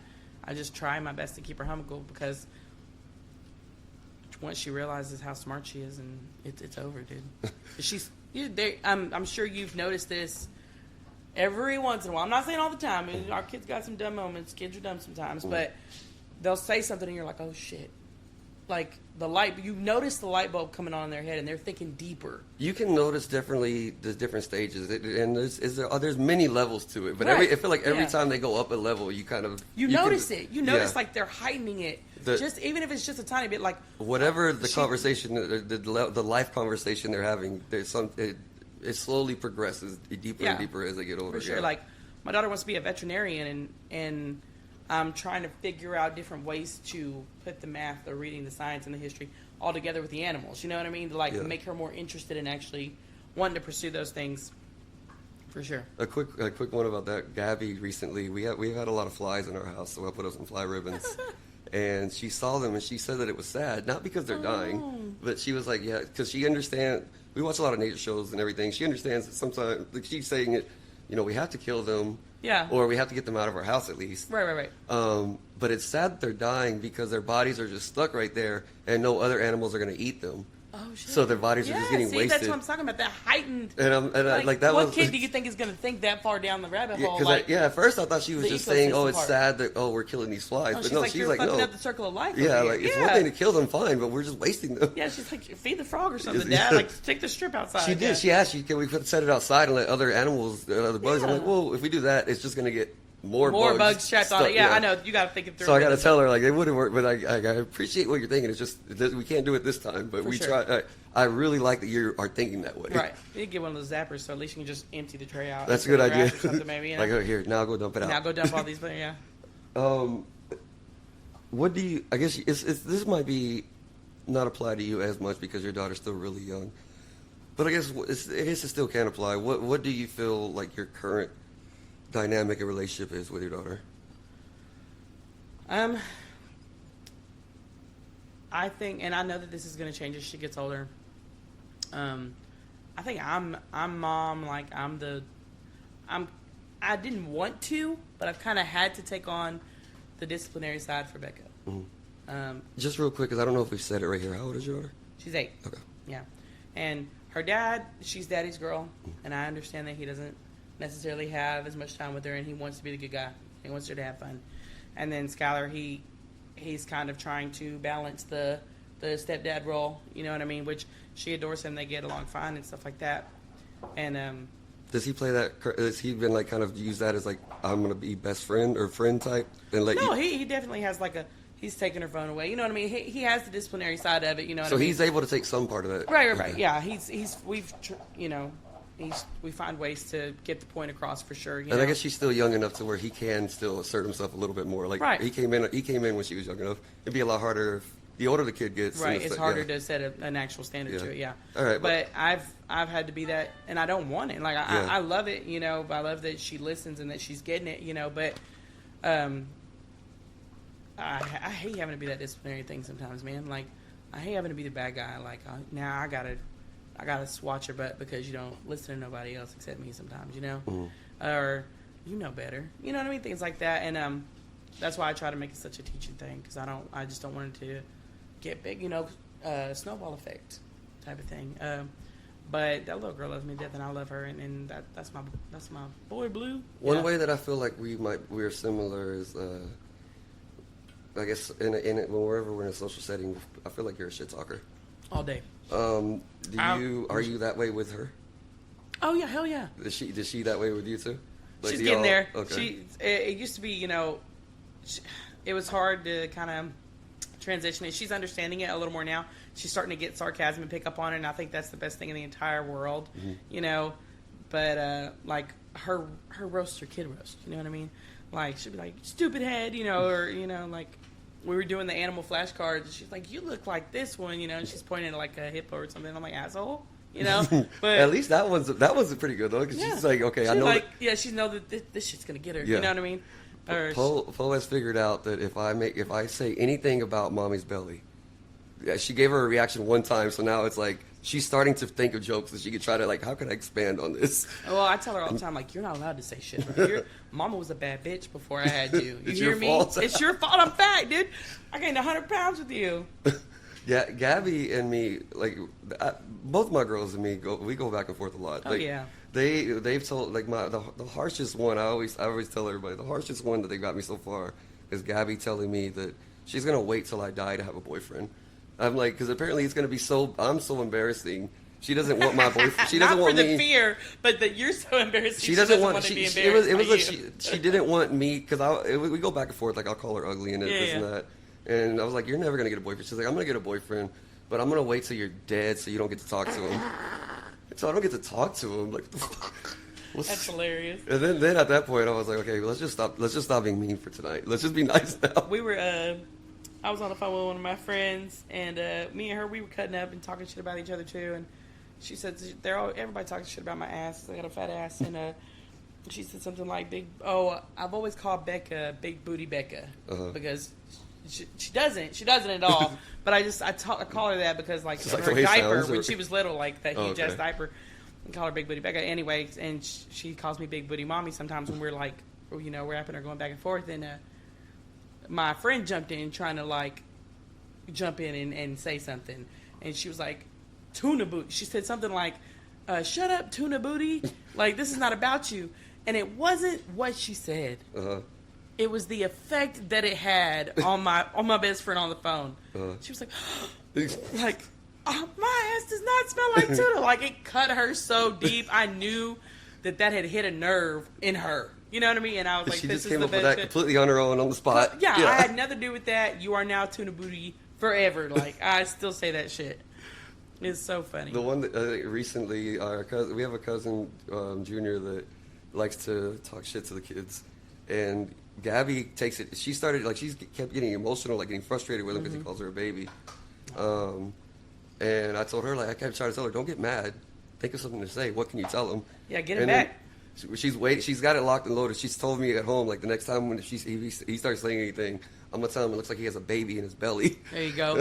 And I'm like, okay, remember that then next time. You said that's Gabby? Yeah, that's the one we have to worry about. She's plotting. She was figuring it out. She's like, shit. all right, I got him now. Yeah, I've noticed that Becca's that way too. Like, she's that. The only thing I know I have to worry about her is that she's got a vengeful side, and I've seen it in her. I do too, and I'm the same way. Like, if I can't physically beat your ass, like, I'm gonna wreck your life. You know what I mean? So I have to reel that back in for her. And she had an issue with the little girl. Little girl had been bullying her all year, man. A little trash ass little girl. She ain't got no home raising. And Becca, and she said it out loud, so it was on her own accord. But they had a treasure chest at school. If you do something good, you answer it right or whatever, you get to go pick something out of the treasure chest. Becca had a bow that she wanted to go get out of the treasure, and she let it be known. Like, as soon as I get my answer right, I'm gonna go get that bow with this little fucking girl. And I'm like, I'll beat your mama's ass. But this little girl got an answer right before Becca did, and went and took that bow, and then like, haha, Becca, to her, which I'm like, that's ass whooping privilege right there. But my daughter waited until the little girl took the bow off and set it on her desk, and Becca went and grabbed the bow without the little girl looking, chopped it up into tiny fucking pieces with her scissors, and then set the shit back on the little girl's desk like, fuck you. And I was like, that's diabolical. In that moment, I'm like, that's my daughter. You know what I mean? And I'm like, I can't. And now I have to teach you that that's not right. You can't damage other people's property. You can't steal people's shit and tear it up, because you can go to jail for defacing shit like that, But now we gotta go get this little girl a fucking bow. But you taught that little girl a lesson. But dap it up, no. But and so it was a whole thing, and it took a while for her to actually see what was wrong in that situation, because I do teach her also to defend herself, because she is so nice that kids will pick on her until she snaps, and I don't want her to get to that snapping point. I want her to be able to vocally defend herself and actually be able to back people up before they get up in her shit. For a lot of kids, that can be a hard line of learning what's defending myself versus what's me being an escalator. Me and fucking you up, yeah. And that's kind of where we're at right now with this learning, because for some reason my daughter, she's so active. For a lot of adults, that's a hard lesson to learn. Everybody acts like they're defending themselves, but they're the ones talking shit the most. But they play the victim. That's the victim shit. That's a whole other category in it too. That's the shit with everybody getting on social media. It's easy to play the victim on social media because nobody knows your real life and what you're actually doing. You know what I mean? You can tell anybody a sad story and they're gonna accept it at face value because they have nothing to base it on and know that you're a complete liar on the other side of the board. But we've been learning that a lot lately, just to make sure that we can defend ourselves without physically having to defend ourselves before it gets to that point. And we've had to learn that pretty quick. I do have a couple of enders that I go to, but before I do that, is there any part of your life that you feel like is important that I have not naturally come upon? Anything that you'd like to just offer up and volunteer or share?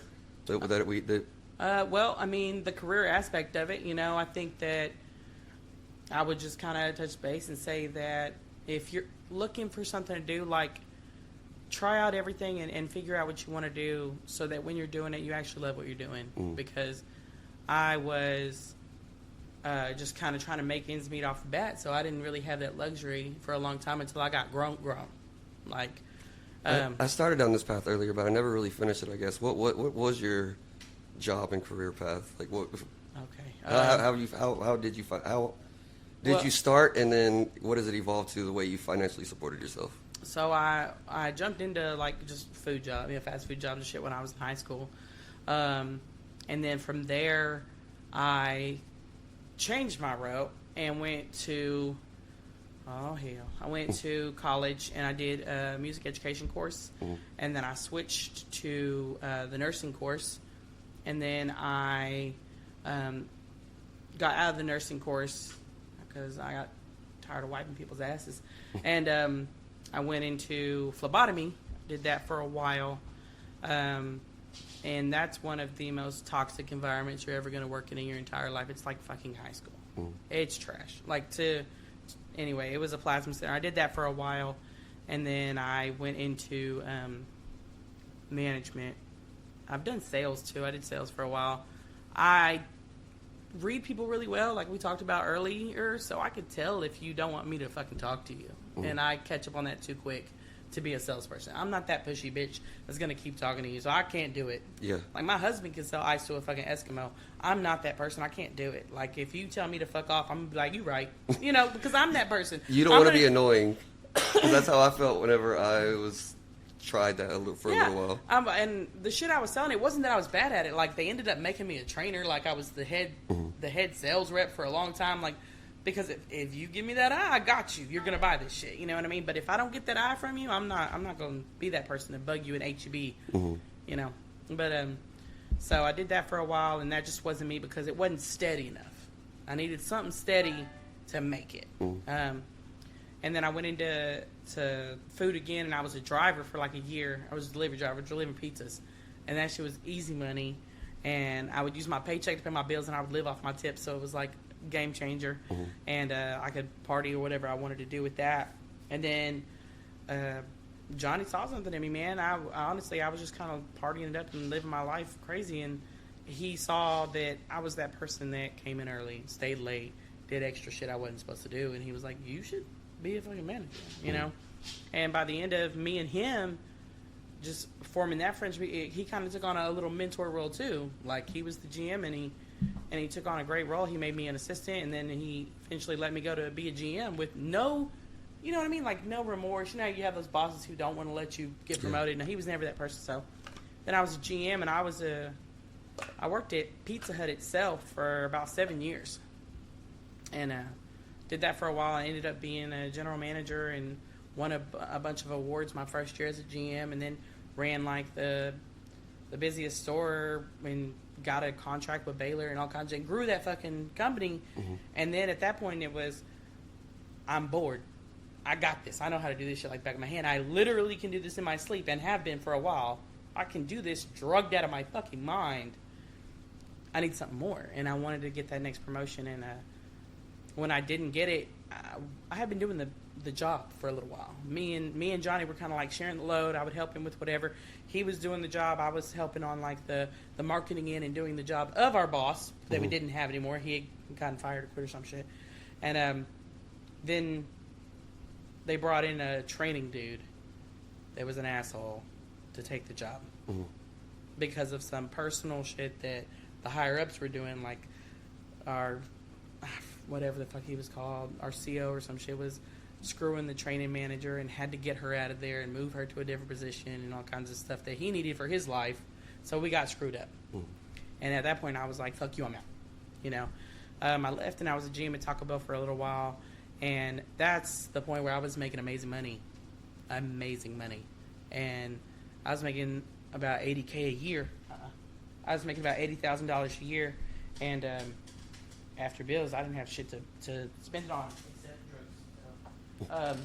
Did that for a while, and then... So that would be during matching the timeline, that would be around when you were kind of just doing whatever every day? Yep. Okay. And then once everything kind of like shit hit the fan, fire broke loose, blah, blah, blah, and I knew that like I had to get it together and do it for the kiddo, and the dust settled, as it were, Skylar, my now husband, got out. And we're going to talk about that. You know what the fuck I mean. Got out. And I had known him since high school. And he had gone through his little drug phase, too. That didn't end the way mine did, you know. And when he got out, he was sobering up, and he was getting his shit together, and he needed a job. And I was like, "Babe, come on." So I gave him a job, and he was just total flirt. He's always been a fucking flirt with me from the get-go. People used to tell us we should be together in high school, and we fucking hated each other, you know what I mean? But was it you, like, acted like you hated each other, or did you actually, like... No, we fucking hated each other. Like, we fought physically. Oh, okay.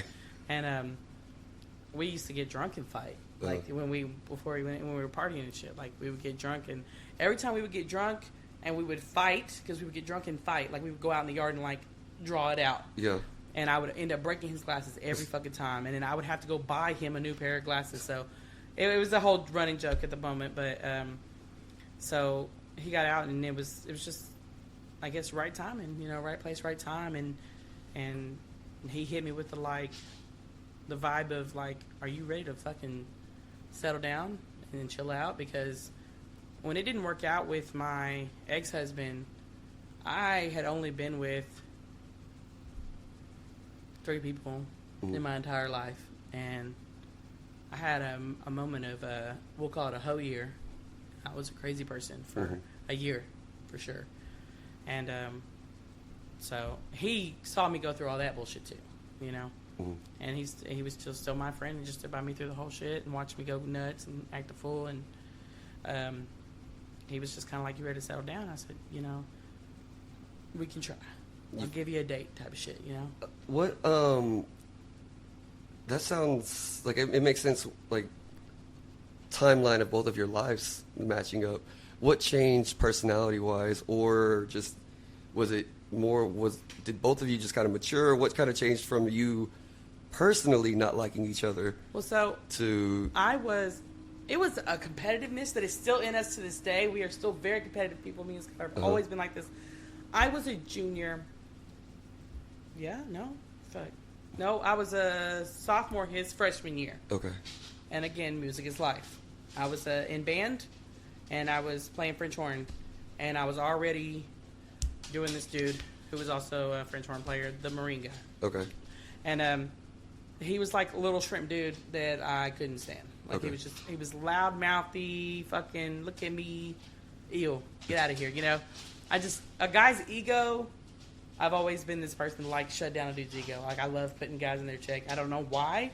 It's just something, it gets me off. So, anyway, okay, dominatrix. The next year, and I ain't got it in me, but anyway, the next year, I was a junior, and the dude I was dating graduated or whatever, so I was section leader. And our section got very small all of a sudden. We went from, like, having 8 or 9 French horns to only having, like, 3, because everybody graduated. And so my junior year, his sophomore year, they moved this motherfucker into my zone. And he was now a French horn. And so not only was I supposed to deal with his ass, I had to, like, make sure he didn't fuck up, keep my section in line, and he's competitive. And we had a new band director who was a beast, his Tueler, God rest his soul. And he was like, if you could play it better, you'd get it. So we had, like, solos and shit. I am amazing in a group setting. I am horrible because I get in my own head, and I have horrible, horrible stage fright. So, like, something like this is amazing. But if you ever put me, like, in front of 1,000 people and ask me to fucking... I could talk, but if you ask me to sing or play something, like, on one of my instruments that I love, I'm going to fuck it up. And I don't know why. I'm going to. I can get drunk and do karaoke bars all night, and I still... drunk as shit, singing a song that I know by heart, will get nervous. Like, I don't know why I have that stage fright. And he's never had that. He's always been a star like that.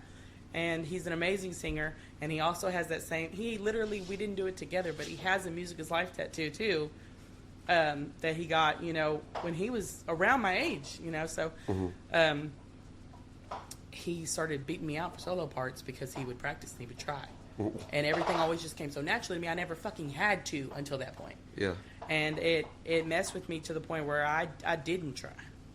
I was like, You got it. Ball out. You just got frustrated with it instead? Because I see this in my daughter a lot too. Like, if I'm not instantly good at something, I get pissed. And I'm either going to, like, hyper-focus and put it down until I'm the best at it that ever was. You can't say shit to me. Or I'm going to be like, fuck this. I don't need this in my life. And that's how it is. I'll give it up forever. Yeah. You know.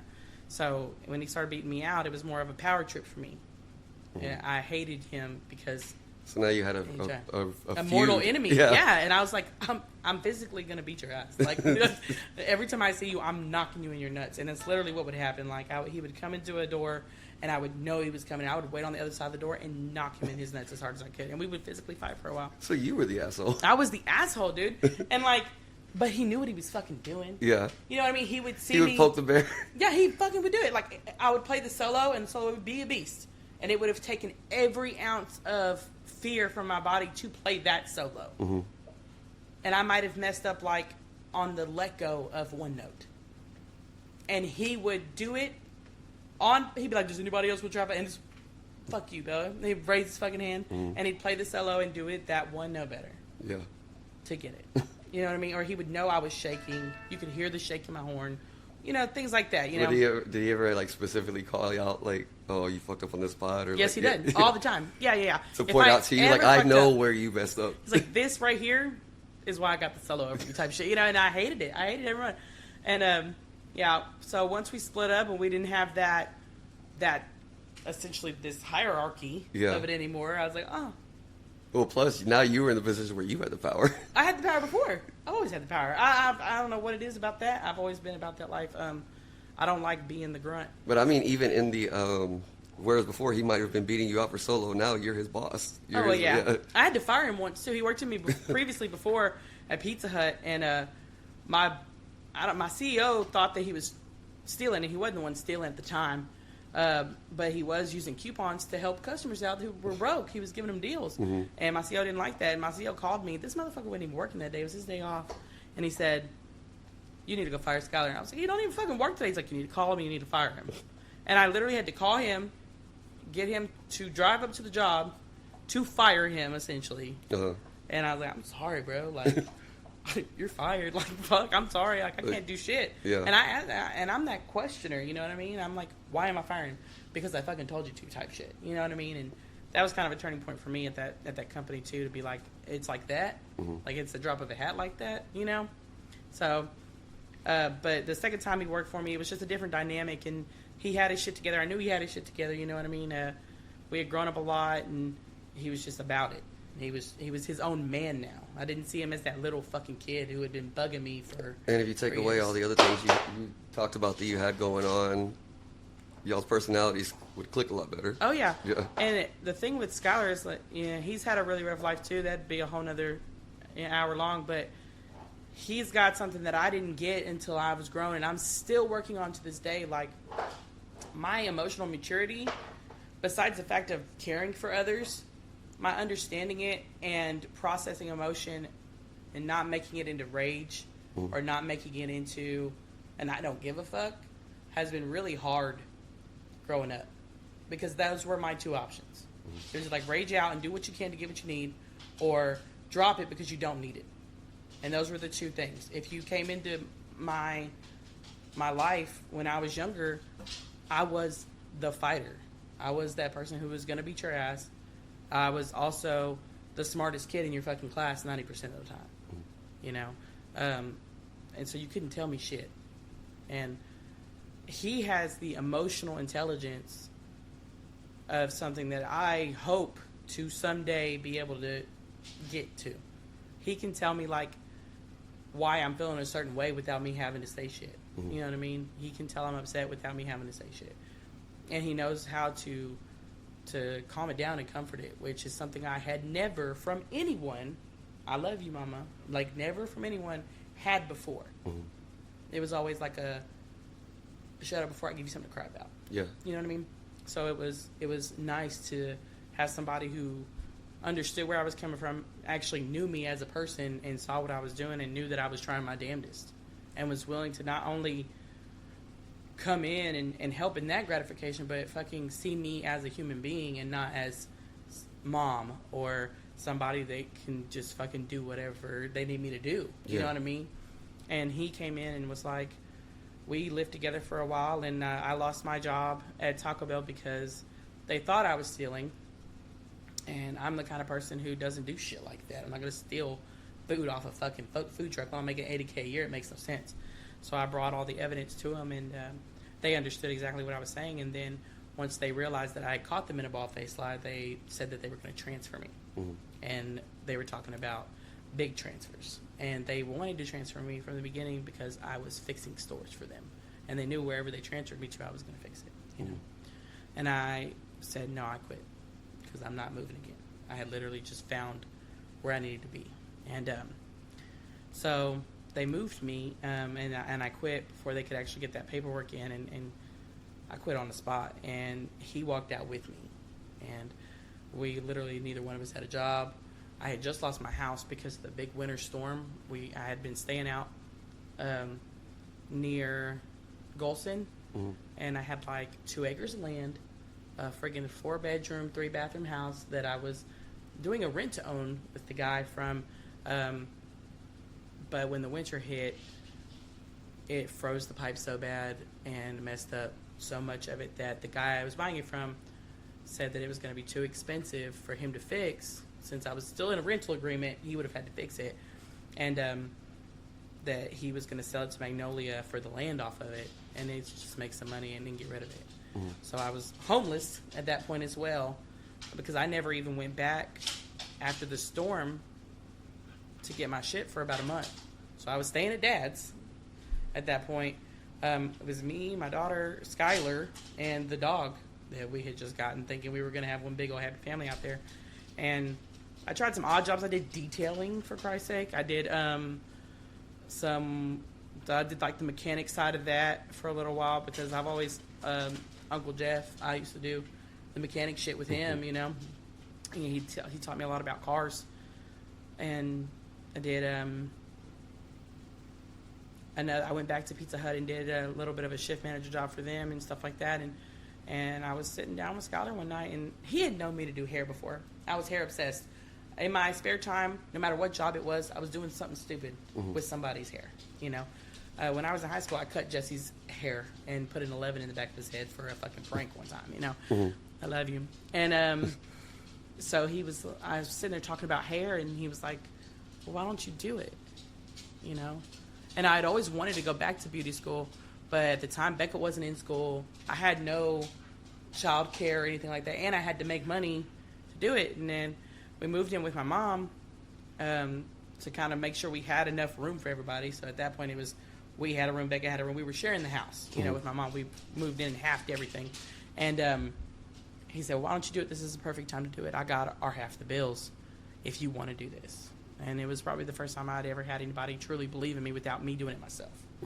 I was like, let's fucking go. Like, are you serious? Like, I was like, before I fucking quit my job, like, are you serious right now? He's like, yeah. And I was like, all right. So I quit my job, and I actually went to beauty school and started doing hair from there. And I love it. I love my job now. It's still, again, it's most of the time. The job I have now is not really like this, but 99% of the time, until you find your spot, it is the most toxic shit you're ever going to deal with in your life. Like, women are horrible to each other and not to your fucking face. So don't believe anything Sally told you guys. But, I mean, it's a dog-eat-dog world, especially when it comes to hair, because everybody knows how to do it better than you. Somebody out there is always going to be better than you, and you have to know what your role is and what you like to do, you know. And it's humbling, for sure, but it also gives you all the power in your own career. So if you don't have that drive, you're not making shit, and you're not going to make it, you know.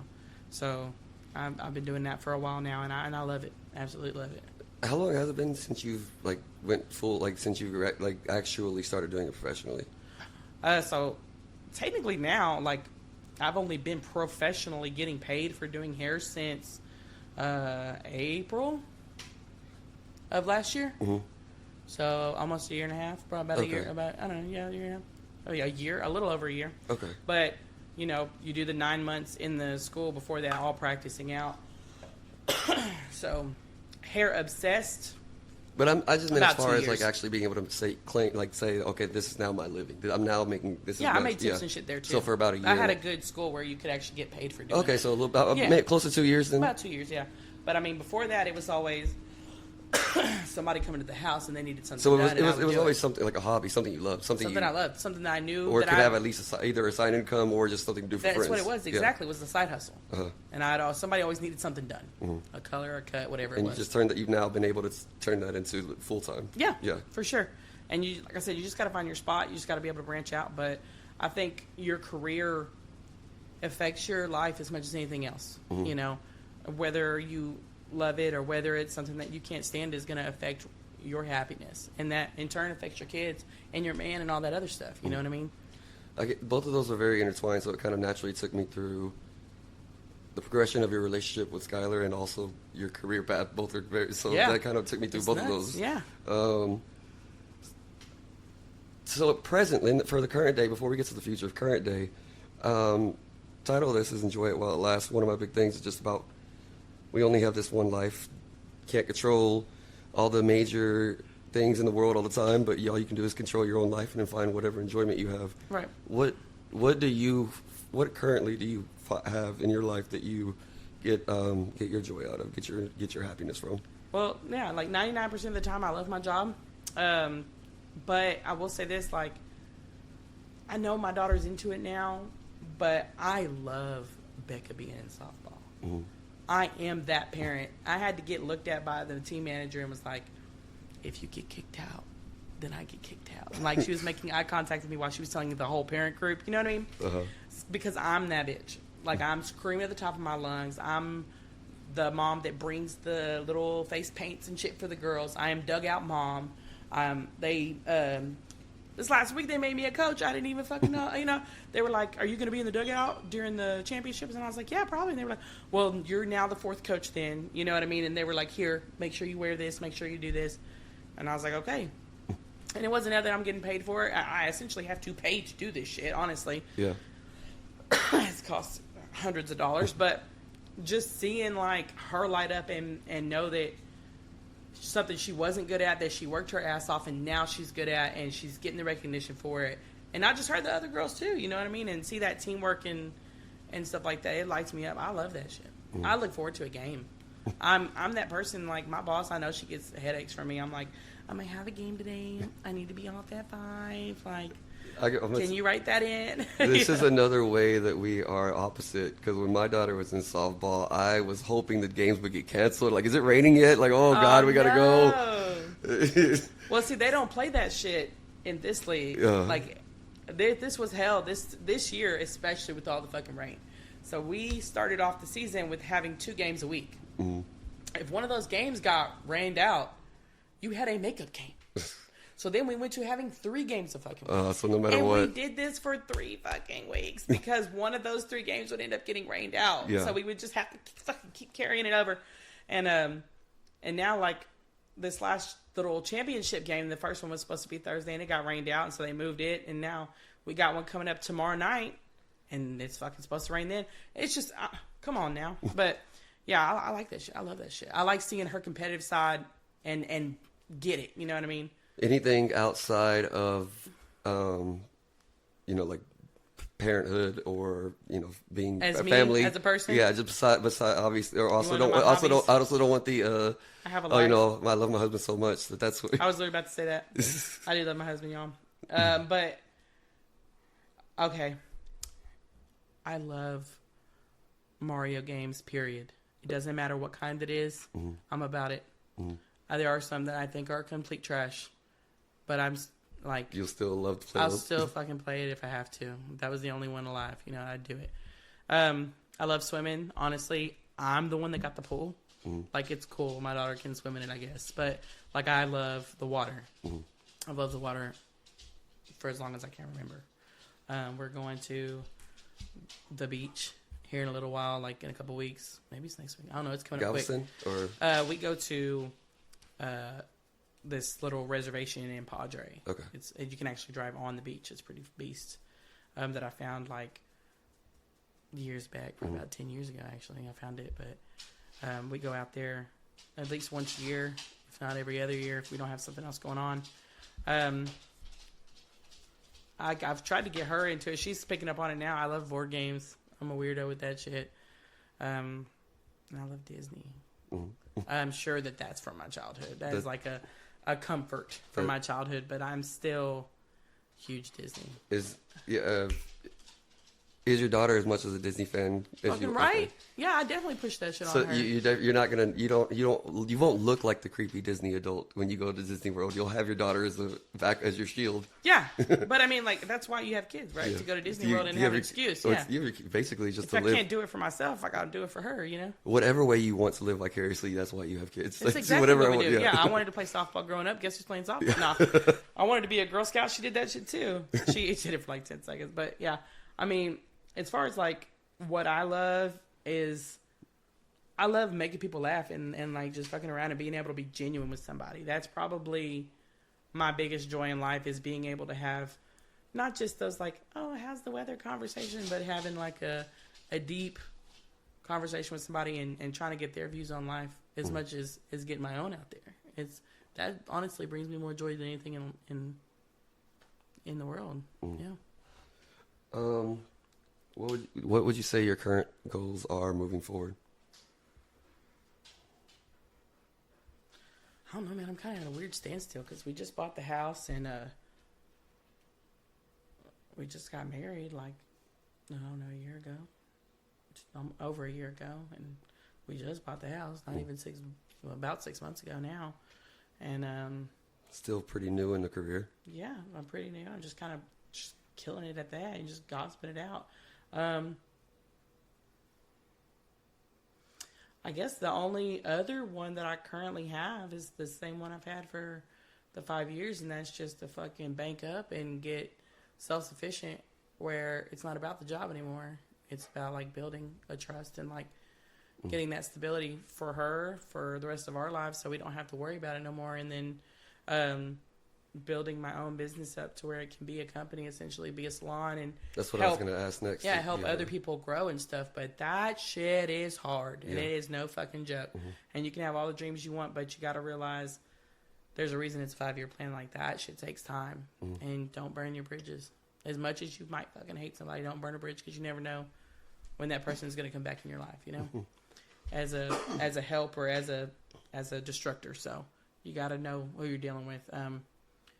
And right now, that's kind of where I'm at. Just I want to get that business up and running, and it's just about clientele now.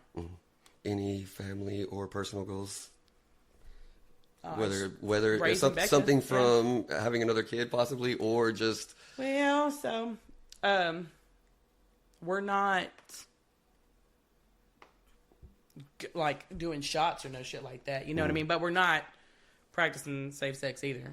It's on some shit like and that goes back to the faith, man. I know that's weird, but like Becca is my proof in faith 1,000%. Like I got told I couldn't have a kid, and I feel like God gave me that kid because he knew what I needed to grow and mature and get my life right. Because I told everybody I wasn't going to make it till 30. That was my motto. I wasn't going to fucking make 30. I'd be dead before 30. I knew that.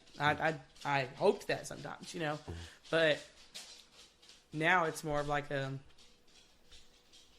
if he wants me to have another kid, he'll give me another kid. And I guess the last part of that with your future goals, do you feel like you mentioned a little bit about in having therapy sessions? So I know you've at least attended therapy a little bit. Yeah. And what you just talked about, having possibly very dark thoughts about yourself in the past.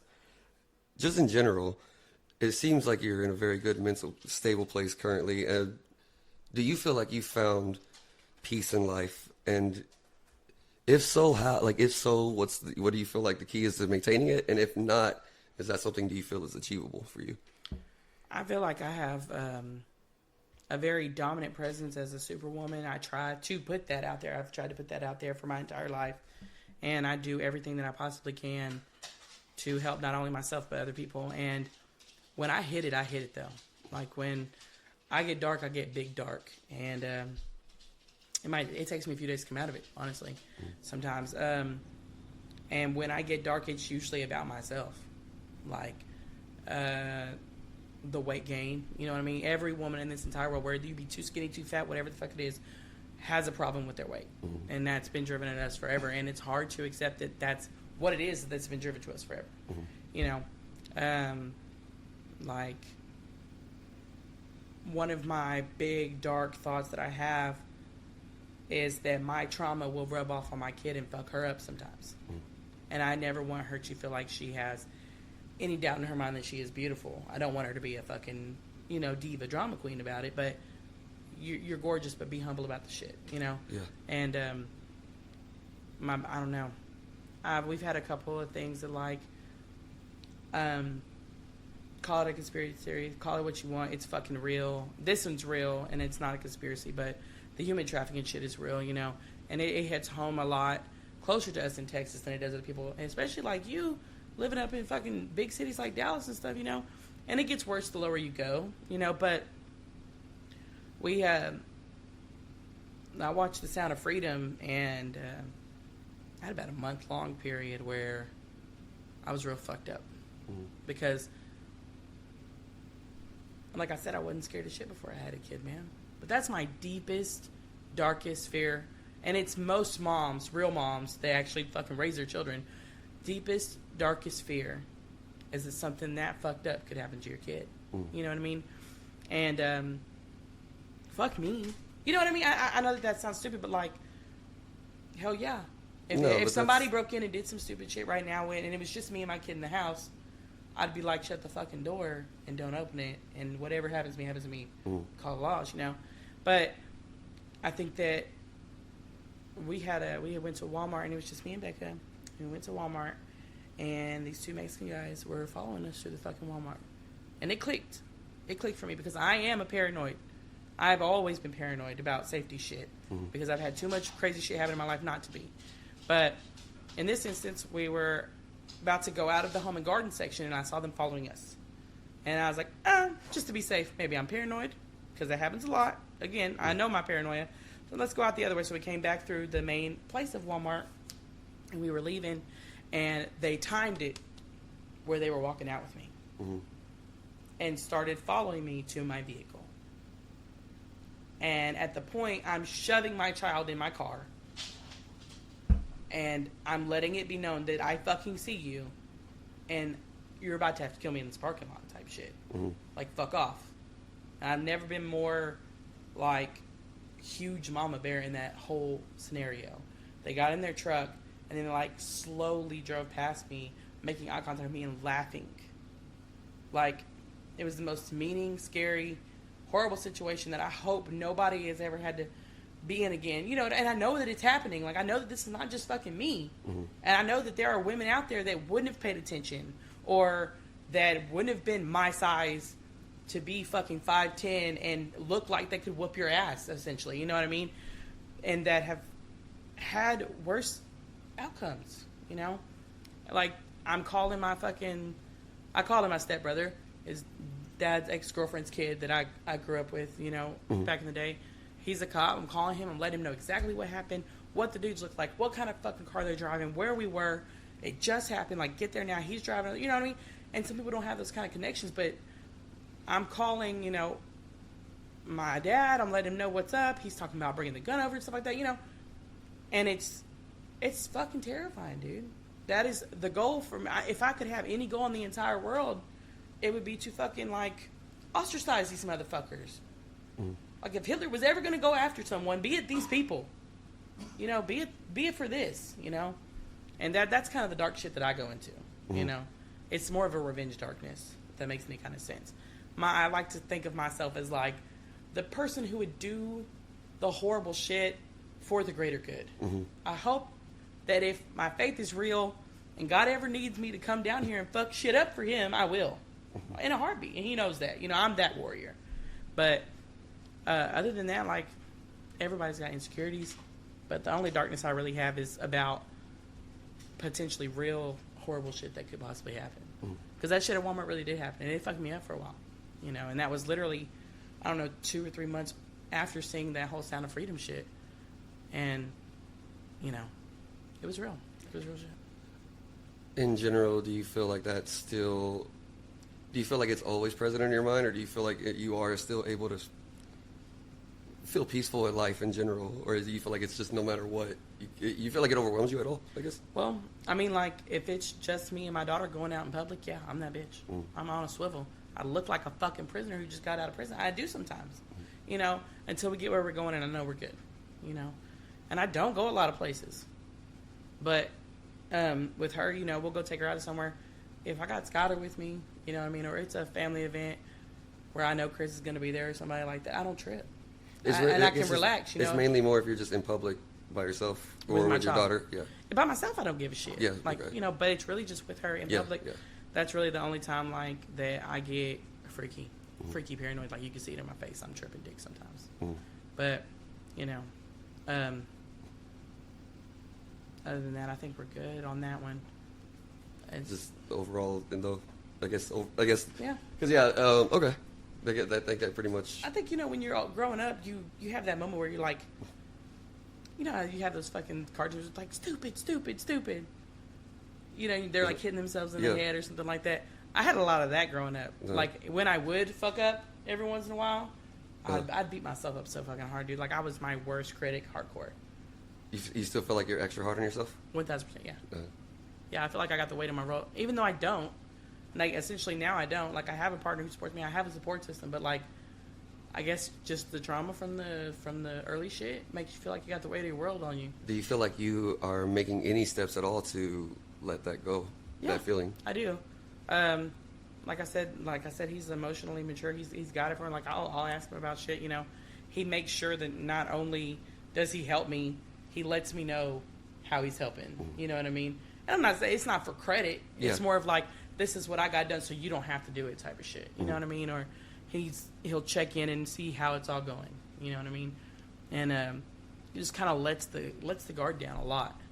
And then of course I've only known about the ADHD and actually started like getting into therapy and actually talking it out with somebody and realizing that normal people don't do some of the sort and all of the shit different ways that it can affect and the you. thoughts that you have. You know what I mean? A lot of it can be from you having the little thing or whatever you want to call it. Some people call it a fucking disorder, whatever you want to call it. But like, I thought everybody thought through mythical arguments and situations in their head after it was done. You know what I mean? No, people don't do that shit. That's not normal. Oh, okay, cool. But you learn a lot about yourself, and it takes that weight off. Normal is relative, but I know what you mean, though. Like, everybody has, you know, they say like, oh, you're not supposed to do that. Well, I'm going to do it anyway. But I guess overall, though, just with that, to that point, the more you know about yourself, you learning about feeling like, oh, ADHD explains different things about yourself. Right, yeah. The more you know about yourself, the more you can live in any way effectively. You can change whatever you want to change about yourself if you can become aware about things about yourself. Well, yeah, like you know how to essentially make it better, or you know how to essentially let it go. Or you can't change it. Or you can let it go. Yeah. You can, on the other hand, you even learn what your triggers are to avoid. Right. Exactly. Yeah. For sure. And I know my trigger is money. It has been for a long time. I grew up broke as shit. Like I'm good. My bills are paid. I'm straight. Like but like something happens and I'm like, shit. Yeah. Like heightened. Like immediately. Like plans A through Z to make sure everything gets done quickly. And this guy's like, it's cool, man. Like, he's like so chill about everything. I'm like, fuck you. Like we have to know everything about everything. And he's like, sweetheart, I got it. Like don't trip. And it brings that weight. He gives you a lot of that calm that you don't have internally. Yeah. Yeah. For sure. Thank you very much for being so open throughout all this, especially I hope it didn't feel any awkward as you were telling me what you thought about me at different times. Nah, you good. And again, appreciate it. Thanks a lot. And tell my listeners, remember you only got one. Enjoy it while it lasts.